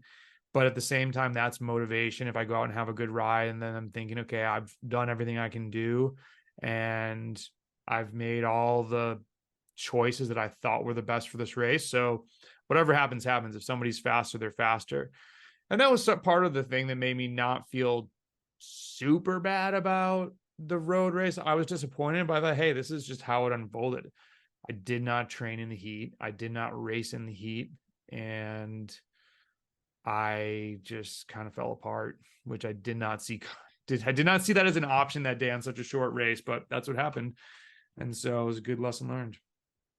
Does your anxiety manifest itself in a way that you feel like is detrimental to some aspect of your performance? For example, if I have enough anxiety about something, it will impact my sleep quality, which is going to hurt my performance. It will impact my diet. That's actually why I Okay. started macro tracking again, because I should be in an eating contest. I can eat a ridiculous amount of food. And I think part of it is that when I was in college and just very unhealthy, I can't even tell you how many grams of carbs and sugar I must have eaten per day without exercising. So my body at some point just thought, I got to figure out how to deal with this, because this guy does not stop doing this. Trays of candy, boatloads of candy. It was bad. And so you eat anxiously? I don't know. It's not like, ooh, I need food. It's, did I eat enough? Did I eat enough carbs? Maybe I should have, am I hungry? I can't tell if I'm hungry. Maybe I should just eat more rice. I can eat so much rice. And so then I make rice with honey and peanut butter, and it tastes really good. Then maybe And so I think it just got, yeah. And then there's, you know, bread there and there's just all these carbs around. I'm sitting there with a teammate or I'm sitting there. It's worse if I'm by myself. If I went and traveled to this race by myself, I usually, you know, try not to get there too early because then you have nothing to do. And I mean, I could do some work, but it just seems more lonely when you're in Podunk Town, USA for this bike race. It's like, well, what's everybody else doing today? And So I think eating is just a good option. I think that I'm trying to like flesh out the impact of performance anxiety around racing and physical health, because you have this like low level and high level anxiety that you work within on a routine basis. And if you put pressure on yourself to achieve a certain outcome, I feel like that can generate extra anxiety above and beyond just being excited about the event. And, you know, if you think about like what you could, you're not a Whoop user, but Whoop kind of gets you acquainted with the concept of the sympathetic and parasympathetic nervous systems and its effect on your Definitely. general well-being. So the higher your anxiety is, the more it starts to impact your It's like HRV and your nervous pooping yeah the day of the race. Like people have the poops like yeah 15 minutes before, that's your nerves. If you're pooping that early before the race, you've it's just messed up. nerve, Your poop game is off. You need to be right? figuring that one out. But yeah, we used to say 2 poops to podium, and it's just, you know, get some healthy dumps in and you're gonna win a bike race. If not, I think so. Yeah, I think there's a lot of things with the anxiety that do hold a lot of people back. I actually think this would probably be one of my strengths of when I feel that nervous energy, I just think of what in the really grand scheme of things, what is this? I'm just going, this is this, I want to perform the same as if I was going on a group ride with the Genesee Valley Cycling Club at the latte ride, because you want to crush, you don't want to get crushed, you want to crush, and maybe that's the race of the weekend. And so I'm still doing all the same things. I'm eating the same things. I think the eating the night before is harder because of just you're driving the whole day. And I think that's what really got me out of whack. But the morning of, I have the same exact thing almost every day, no matter what I'm doing. So if I'm sitting there and I'm thinking, should I eat more the morning of the race? It's actually funny. I've never thought about this. The morning of, I never have any questions. It's dialed. I know what I'm doing. It's the same thing. I think it's more the night before when you're driving up with somebody, you're maybe stopping for dinner, you go to Chipotle, you get like, there's all these different scenarios.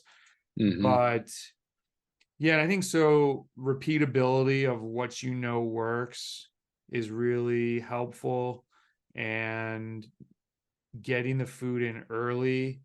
I'm kind of going on a food tangent here, but yeah, I think, but even that, because it's such an important piece of racing, that helps me relieve anxiety. And then, you know, I get there, you check in, you see other fast people, and I just go back to the car and just think it's just another bike ride, man. It's just another bike ride.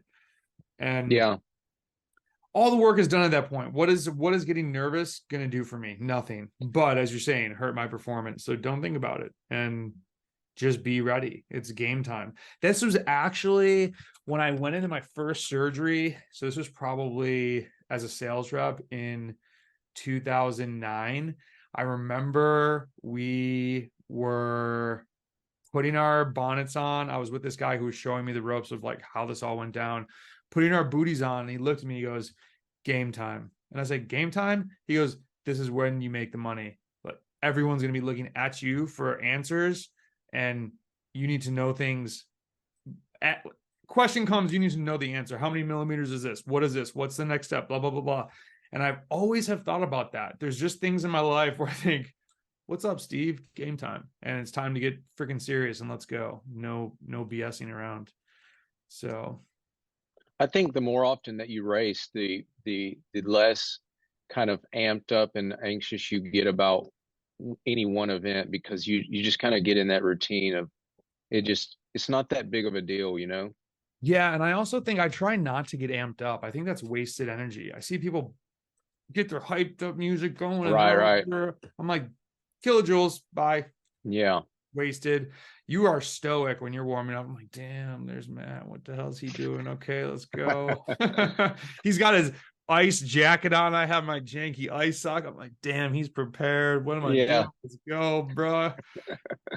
So that's good. I feel like, you know, that not enough gets talked about the mental aspect of our huge. preparation. It's huge. And we've recorded, we hit on that, right? On the first part, Yeah. because it's just so important. It's one thing that is hard as a coach. I try to help athletes with that from the how they respond to their training. If athletes don't feel like they're actually getting little wins on these rides and slowly day in, day out, finding this cadence, it's like it's a win. I think it's just really hard to actually win a bike race. There's Yeah. just we forget what it's like telling a new athlete how to get to the bike race. Okay, so you're going to go park in this random parking lot. You need to find registration. It's this tent. You're going to go up, you're going to sign up, sign these waivers, you get your number. Now you need to go back. Are you there in time? You also use the porta potty early because there might be a line, and now your bottle should be filled, and then your bike is ready. Do you do your chain and everything's set up? Where's your kit? Your kit, like stuff might be all over your car. It's just getting from your house to the start line is this whole thing that, as you said, the more you race, I think that becomes more automatic and less stressful. I mean, there are races that you go to where I even think, oh, I'm definitely stopping to poop before I get there, because they Right. notoriously have one porta potty, and there was 2 races before mine. There's going to be you just know these random little weird things. So yeah, the less stress, the better. Stress is horrible. And we hear it in society. Stress is bad for us. Stress is terrible for performance. There is no way I can go PR anything if I'm stressed out. It's almost not even worth going hard in my mind. Being mad is different, but stressed, I'm just going to go ride endurance. I can't even get into that mental mindset.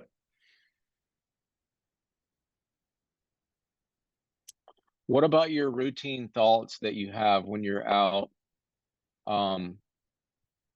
Say, touch on training first, like thoughts that you have while you're doing a hard workout, and then the same that you have when you're in a race. What's going through your head? I think for a hard workout, it definitely starts, excuse me, from in the morning or even the night before. I'm thinking about how well I'm going to do at it. And even if I start to get nervous about it, certain workouts that I know are just very difficult, then I'm going to give it up my all. It's not going to feel pleasant. And that's the whole point of this. Sometimes I have to remind myself of that.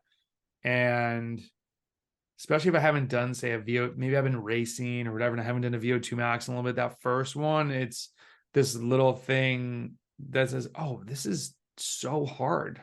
I forgot how hard. Do I really want to do this today? It's like, yes, I want to do this. I want to get better.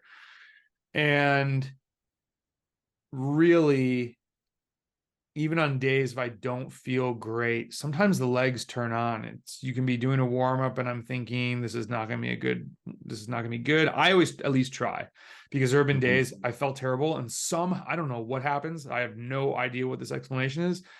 Just the watts crush. And I think, man, I'm so glad I started. Let's see how I can do. And other days I think I'm going to do great and I don't do as hot. And I think, okay, well, why could that possibly be? Is it just an off day? Did I not eat right? Did I, even still some days if I've just didn't eat enough carbs and I think maybe I'm ate too much over the weekend, I'm like, oh, I'm not going to really eat too much on Monday. I mean, Tuesday's kind of hard, but it's not too hard. And then I sabotage the workout. That pisses me off, and it still happens every once in a while.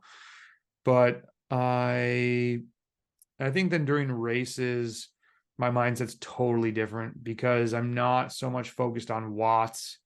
I'm just focused on who's trying to get away and am I trying to get, is there an opportunity to get away? How is everybody like responding to things? Are people chasing everything down? Are things kind of getting away a little bit? What's going on? What's the weather like? What's really trying to think too, what's it going to be like in 90 minutes? What's it going to be like in 2 hours? I think Tonga is probably one of my best wins, like local race, regional race wins. And I remember that day thinking, I think it was 90 when we started. It's going to be so hot, but and it was a long race, 80 something miles. It was going to be deep 3 hour, maybe 420. And I'm thinking there's no way a break could stay away. I've made that mistake many times. You're pedaling, tempo by the end and people come blazing past you, and just had to be really patient and just kept reminding myself, think of 2 hours, think of it in 2 hours as people just rode up the road, fast people go up the road. So I think sometimes you have to try and forecast a little bit, and sometimes you do it right. Sometimes you do it wrong. Nationals did it wrong this year. Really thought the rubber band was going to snap a couple times. Put in a couple efforts I shouldn't have done, and the guy who won just saved it all day, and that was smart. So his game worked out better. What research do you do to know who to follow or not follow or respond to and not worry with? I don't do that. I don't follow people, because if I did that, like at Tonga, I attacked Tanner Ward, Owen Schott. Who else was in? Some big name dudes. And when I went, I knew this was the time to go to bridge up to Michael Hernandez and Jimmy Sherman. I can't remember the other guy up there. And so if I had been worried about, I look up to all those people I just named. I think they're incredible racers. To be in a bike race for me and beat Tanner Ward, I am so proud of that. And that's nothing but absolutely. You know what I mean? Dude is a freaking, I think the most underrated amateur cyclist. He wins so much stuff. And he's such a good dude. But if I was overly worried about every rider there and thinking I can only go when he goes, I'm like, no, that's not the race. That there are chess pieces in the game, but we're all pawns. There are faster people, maybe, but I don't know. Maybe I go on a little ignorant at times. We're all in the same race. So for the most part, we're in the same stratosphere. Now, I went to a local race in Pennsylvania, and Dominique Rollin rolled in from FDJ because his coach is from there, and it was 4th of July. That's cool. I mean, I attacked early with someone because I thought this guy's going to ride away later, most likely, unless he gets a flat. So maybe we can get away or whatever. Try to get away. We got caught, and then I got dropped. And people that were in the race still said at one point he just like drilled it. Just like everybody strung out behind this big FDJ jersey. I think he ended up winning. But it was just one of those. Yeah. So anyways, most of the time there's not this crazy freak that can just crush everybody. So you got to play the numbers right. And you need to, can 4 of us at the right time do something versus 8 other strong people? And eight people chasing doesn't mean 8 people chasing. 8 people chasing means 4 guys kind of chasing and 4 guys probably chasing. So I think the sociology of bike racing is underrated, and understanding groupthink and understanding. I mean, there's no way we should have stayed away at Masters Nats Crit. Me and Zinkin, not like, that should not have happened. We didn't commit fully probably until halfway through, and I looked at him, I said, man, we might actually do this. And we were going hard, but we both also thought we were probably going to get caught at some. I was sure someone was going to bridge up to us. And that's sociology. Like it's just, it's not brawn. So yeah, there's just so many interesting things about races. And this is the toughest thing with helping newer racers understand this.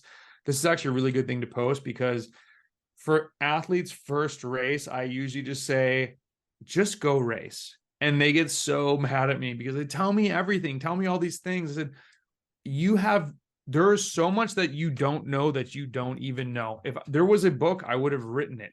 We've tried to get guides together of what are the best tips for someone at a first race. And I've pinged different, we had it with a team that went through this, like a club, like 50 guys.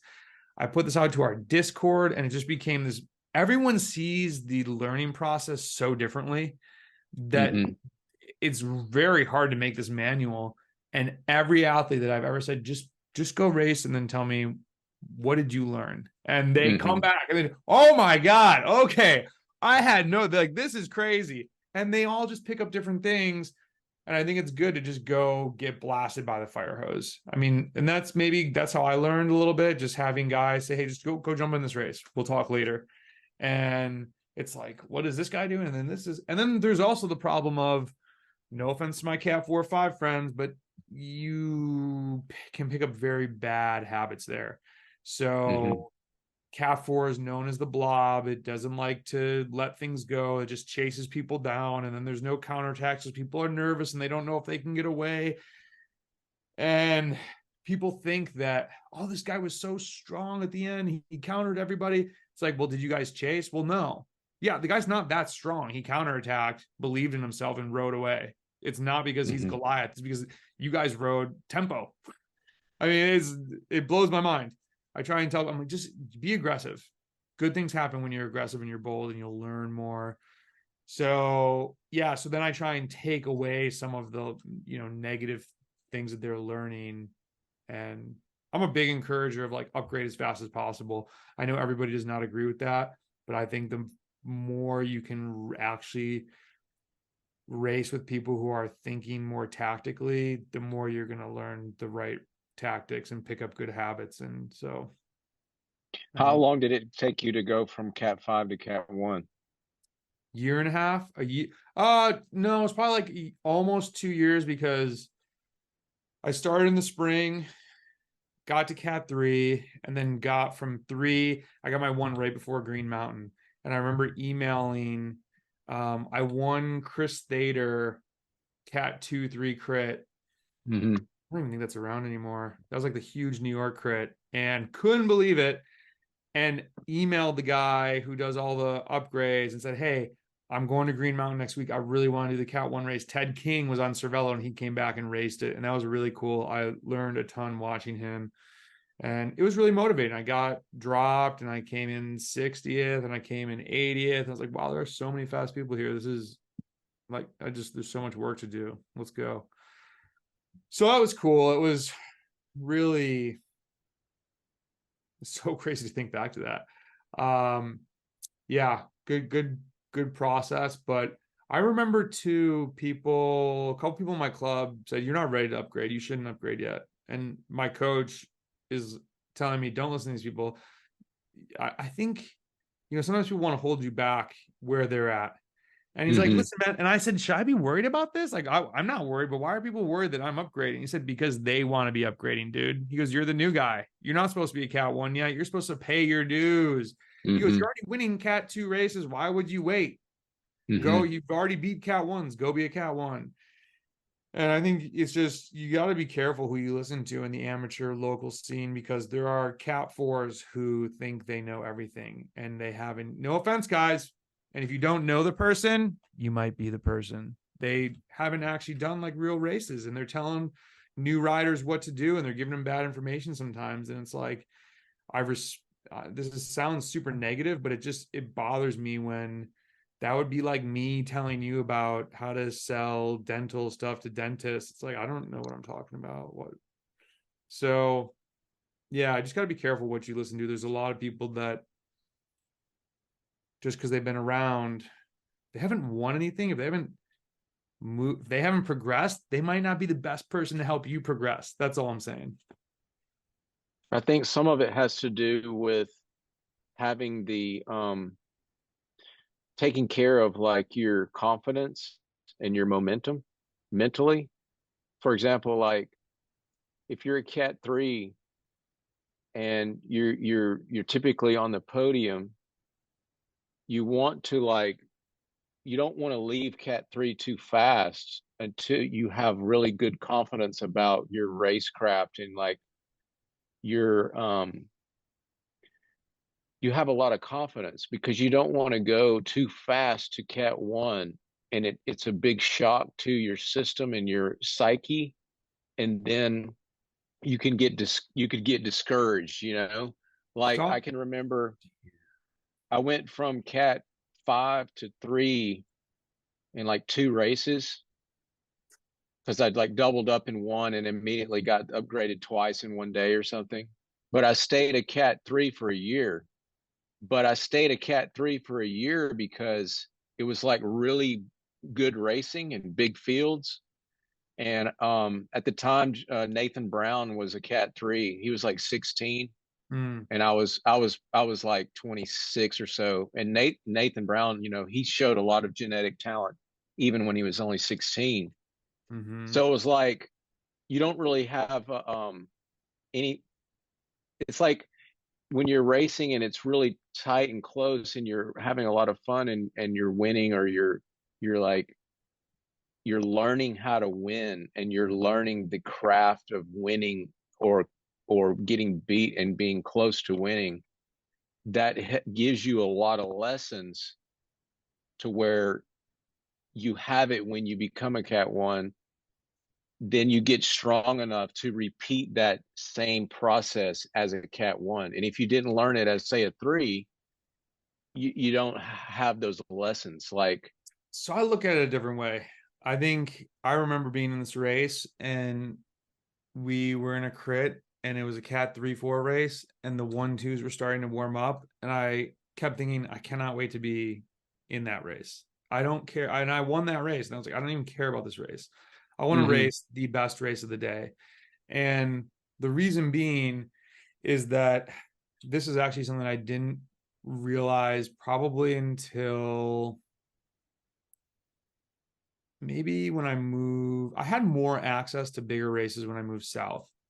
And so even though I could do Tour Baton Kill and I could, you know, Tour Tuna was around, there weren't as many things down in, you know, the Atlanta area or Fort McClellan, or you know, gravel kind of came on the scene and blew up. And what I was realizing was that, and this is similar to racing Cat 3 versus going up in Cat 1. When I was racing like locally, regionally Cat 1, I was setting bad habits for myself. I could attack, get off the front, and there's a good chance I would win. mm-hmm. And then I also was always on a good team. So that was sort of my role. If I got caught, who cares? I have 3 other dudes who are going to crush. Mm-hmm. And then when I moved to Tennessee and it was attack, and the level's just higher down here. People are riding all year, and it was, where are you going, dude? We're going to pull you back. And I didn't know what, like, it wasn't clicking. And I had set up and I had to think, okay, this isn't working. And that's actually when I started realizing I needed to work more on short power stuff, 5-minute stuff, 3-minute stuff. It wasn't this, it was stop trying to ride really hard for an hour and a half in training, because that doesn't mean anything in these bike races when you're actually racing at your correct level. That worked when I was racing people locally and there just weren't enough fast people to chase me. That sounds Right. douchey saying, but that was just the truth. That's true. And so I always say, just go up, because you're learning how to win as a Cat 3, and that's probably not going to work when you move up. I mean, I've got a guy too now who's needs to work on aerobic stuff. I was trying to make a video about this, and I was having a really hard time getting the concept across in an interesting way, but he has won state championship Cat 5, Cat 4, just won Cat 3. He's upgrading, and he will be a 1. He's a fast dude, but I remind him, because he smashes way too often and he cannot hold a 5-minute effort.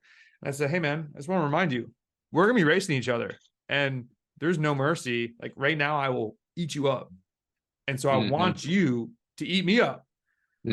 So you got to get focused. And what you're doing now is you're not going to win. So it's like, I don't want him to stay in Cat 3 and keep crushing people, because then he's getting this confidence, and he's either way, he's going to get smashed when he upgrades. And granted, now he can do 1, 2, 3 races, but where he's at, it's very often small fields for a 1, 2, 3 race. So it's like, it's not the greatest example of what he wants to go do. So I don't know. So yeah, I think I see what you're saying about momentum, but I think it's just, we got to be careful. And I think some people try to, I don't know. I've had friends who said, I didn't want to upgrade until you basically forced me to. You wanted teammates and you said, you need to upgrade. Let's go. Vatzik, who's an incredible cyclist, said, I was happy as a Cat 2. I could do Cat 2 races. I could do the 1-2 when I wanted to. He's like, now I've always got to do the hard race. And he had some amazing results. And some people don't care about being in the best race, and that's cool. But if you want to be, I think you need to get up there soon and start looking at what you are not good at and start working on that, as opposed to just winning. What changes have you noticed about your bodies in the last 10 years? Way more lean. I mean, and also I started overweight, so that was a huge thing. But I always wondered, would look at a guy like Eric Marcotte. I mean, how is that dude so jacked? There are some people who are just ripped, and they were 10 years ahead of me on the spectrum of being that guy's, I think, is a lifelong athlete. So 20 years ahead of me, lifting weights, actually paying attention to what you eat. For the first 5 years, I ate whatever I wanted and wondered, why am I still kind of like puffy? I'm not fat.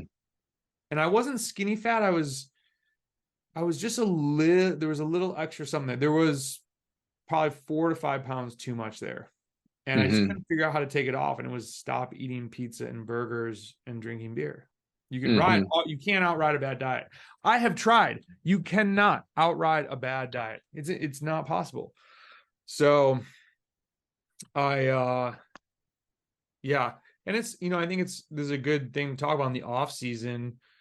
The off season for me was always just eat whatever you want. I think that's a big mistake. And I think I used to always gain weight in the off season, because then you got to come back and you got to lose the weight. And that's a pain, especially as you get older.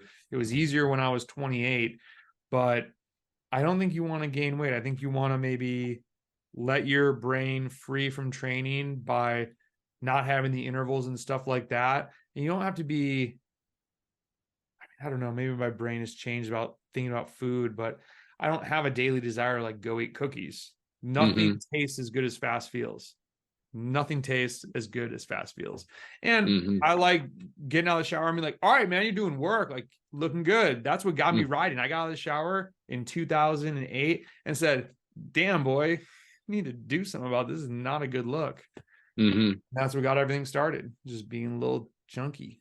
So how do you know that you're as lean as you need to be? How do you know you shouldn't get leaner, or you're too lean and that kind of thing? I've definitely I've been down, so I'm usually around 180. If I carb up, I'm like 182, 183. I used to more be like 186 and then 188.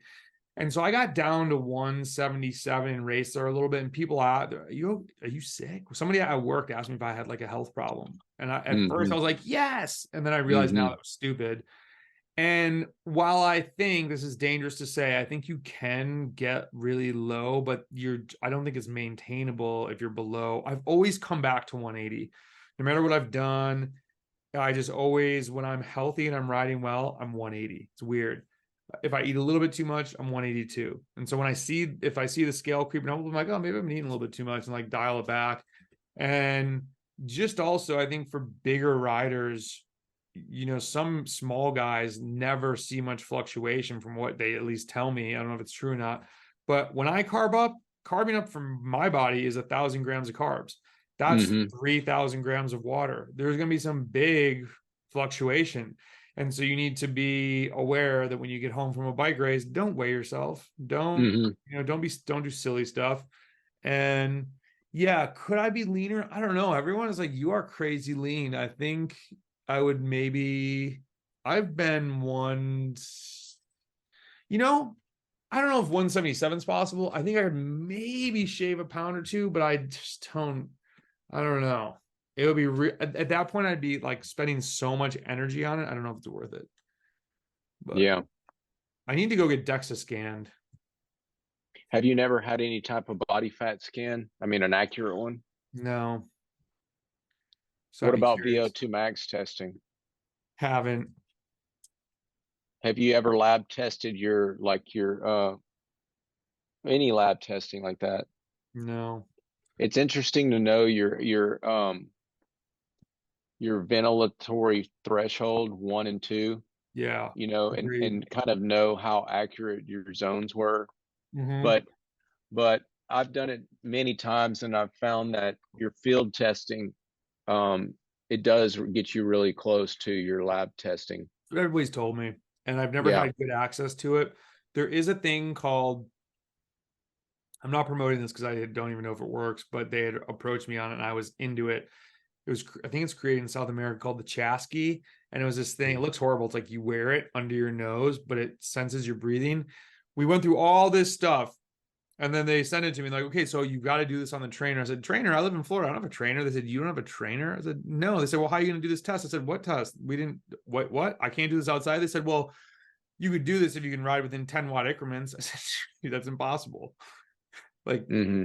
can't do a step test. So I didn't get to try it, but I was curious about those ventilatory thresholds. But I feel like you can get in the ballpark, and other people would greatly disagree with that. But I think it's close enough. So as a coach, where do you get your information to stay up to date, like advanced on your methodology? Man, even the Discord is great. Like, just what athletes are talking about. There's always someone that is it feels like when a really good story comes out, that is one thing I like about social media or Strava. People post links to things. Someone's always talking about something. There's always something to look into. I used to try and follow studies more, but there's just so many studies that aren't great, Mm-hmm. and that it's more of a waste of time. Mm-hmm. So I kind of lean on the buzz of the cycling community. And I know there's some people that they open Velo News every morning. They hear everything. So they're sort of, let them filter through the stuff. Right. And, I think also too, keeping in mind that I did a podcast with Nate Wilson that I'm going to post in maybe a month. And, he's like, all these new things come out, and sometimes I feel like I'm too in the nitty gritty, and I'm like trying to tweak things just perfectly, and then it all circles back around to like what we've been doing that works. And I just think I'm not an early adopter to stuff. I tried Mm-hmm. a lot of stuff first on myself, but I'm not jumping on the bandwagon of this new crazy thing or this new thing gotta work well. I mean, what if I had done all the stuff where people were going so low carb? And I love that Mm-hmm. there's guys talking about this now, of how foolish it was. And then there's pros who say, oh yeah, I like ruined 2 seasons just doing dumb stuff. It just because people are doing it and talking about it doesn't mean it's right. Wait and let this all play out. There's a lot of things that don't work. And so, yeah, I think it's important to know what people are talking about, but be cautious. I bought my first in 1996 or 98. I bought Joe Friel's Cycling Training Bible and read it from cover to cover multiple times. And Joe Friel, he's like one of the godfathers of bike training. Mm-hmm. And the stuff that we do now is hardly any different than what's in his book. And it's like 30 years old, you know? I was since I came into this later, my first was, I'm more of a Hunter Allen. I don't follow a lot of stuff that he does, but the training and racing with the power meter, him and Coggin. And then I read Friel's after. But training and racing with the power meter, I've read that probably 20 times, like cover to cover, and have referenced a bunch back in the day. I think some of it's outdated now, but I do think the podcast with Nate was really good because he's big into like tempo stuff. And I think, he's a really well-known coach, well-respected guy working with EF now. And there were some things, I think he used the term bro science at one point. It's like, and we talked about this before, or on the podcast, I'm going to post a view. Why exactly is locating this train so good? Like, we know theoretically what's supposed to happen, the interconversion of fibers and just that pushing, but there's just stuff that we don't know about that. And like, it's old school, but I've sort of, I think being around people and being hypersensitive to trying to stay up with what's new. And because people rightly ask in forums, well, show me, like, back this up with something. And I respect that. And I think it sounds arrogant to say, I just know it works. That's not, I wouldn't believe that answer. But there are things that are just like, they works. Lift weights, do some low cadence training for the right athlete. It's just another gear. It's like, it just is. And sometimes when someone's like, this just feels really good, like I feel amazing after I do it, we should probably do that. And I know other athletes, and there's going to be some, they're like, why am I not doing low cadence stuff? Like, I've tried, some athletes just aren't good at it. I don't know why. They struggle with it. They can't execute it. It's just like, it's a waste of time. Other people, if you have knee injuries, don't do it. If it feels weird, don't do it. But yeah, I think for the right person, that's one thing, that it's old school. I don't know. It's good stuff. The problem with most of the studies is the sample of test, what do you call them? The people who participate, the participants in the study. Like, you don't find any studies, rarely do you find studies of highly trained athletes that go through these studies. You don't have like peer-reviewed journal articles of people in the world tour and what those studies showed about what they did. Like, it's like they don't Betsy, who has a VO2 crap. max of 40, did this and she improved. Right. It's like, oh wow, Right. really? Because she did it doesn't something? apply. So right. stupid. Exactly. So yeah, I think the interesting ones, Landry actually wrote a blog about, like, they looked back at some athletes that went pro and some that didn't, and they were all highly trained. Those are cool to look at. I think that, you know, it's really refreshing to hear people like Coggin coming out, who's a science guy, and he's not saying that science is the end all be all. I think we're coming back around to, hey, science is really important, but the science is not complete. And there are, you know, people who have made YouTube channels off of, like, hey, let's look at only the science. And then if you actually look at their studies, and this is not, it's probably obvious who I'm talking about, I'm not trying to poo-poo any particular person, but if you look into the studies that they use, they usually pick headlines. And I've paused their videos and looked through certain studies, and it's like 3 people in South America were tested for, and it's like, oh my God, dude, you just like took this, like, this is not even and 3 rowers from blah, blah, blah. I'm like, this isn't even cycling. Like, okay. And so we just got to be careful. And I think science is great, but it can be misconstrued to sell a point. And yeah, we don't need to belabor that. And I guess I would just say, to almost any point that I would want to make in a video, I could probably find a study to back it up, and it might be total garbage. So it's like, you just gotta and test things out. It might not work on you. I think that's what everyone has said. Everything's not going to work on everyone. So try it. Did you get faster?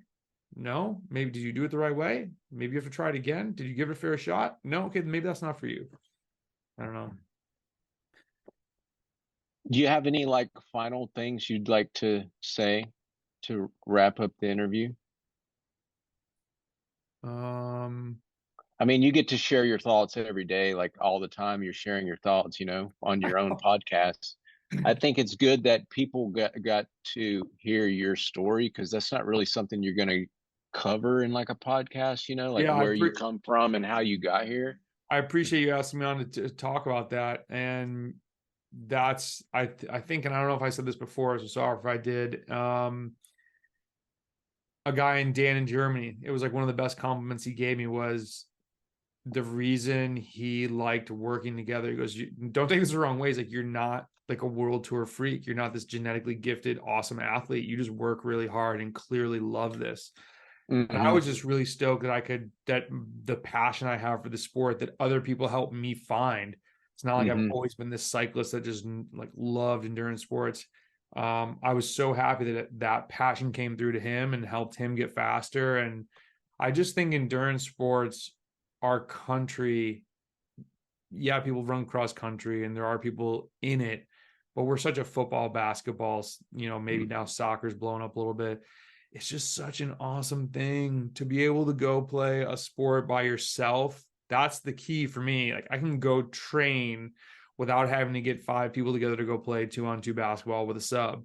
You know, it's just as you get older, you need some things that you can just go out your back door. So, no, I think you had a lot of good questions. I mean, I could talk about this forever. I could do, and I did for a little while. I mean, I could do an hour podcast every day about a topic. And it's like, I just love, that's why I said like so much before, because I just get so excited, and that is a bad habit that I have. Yeah. And I was thinking, why do I not say that when I interview people? Because I know it's kind of coming now. I'm not getting hyped up and excited. And so I learned something from this podcast of watch how I speak. So sorry to anybody who made it this far. You had to do a lot of likes earlier. And thanks for having me on. Look forward to riding together someday. Yeah. It was a lot of fun. Thank you for your time. Anytime. Let's do it again. I think that was great, man. Thanks. It was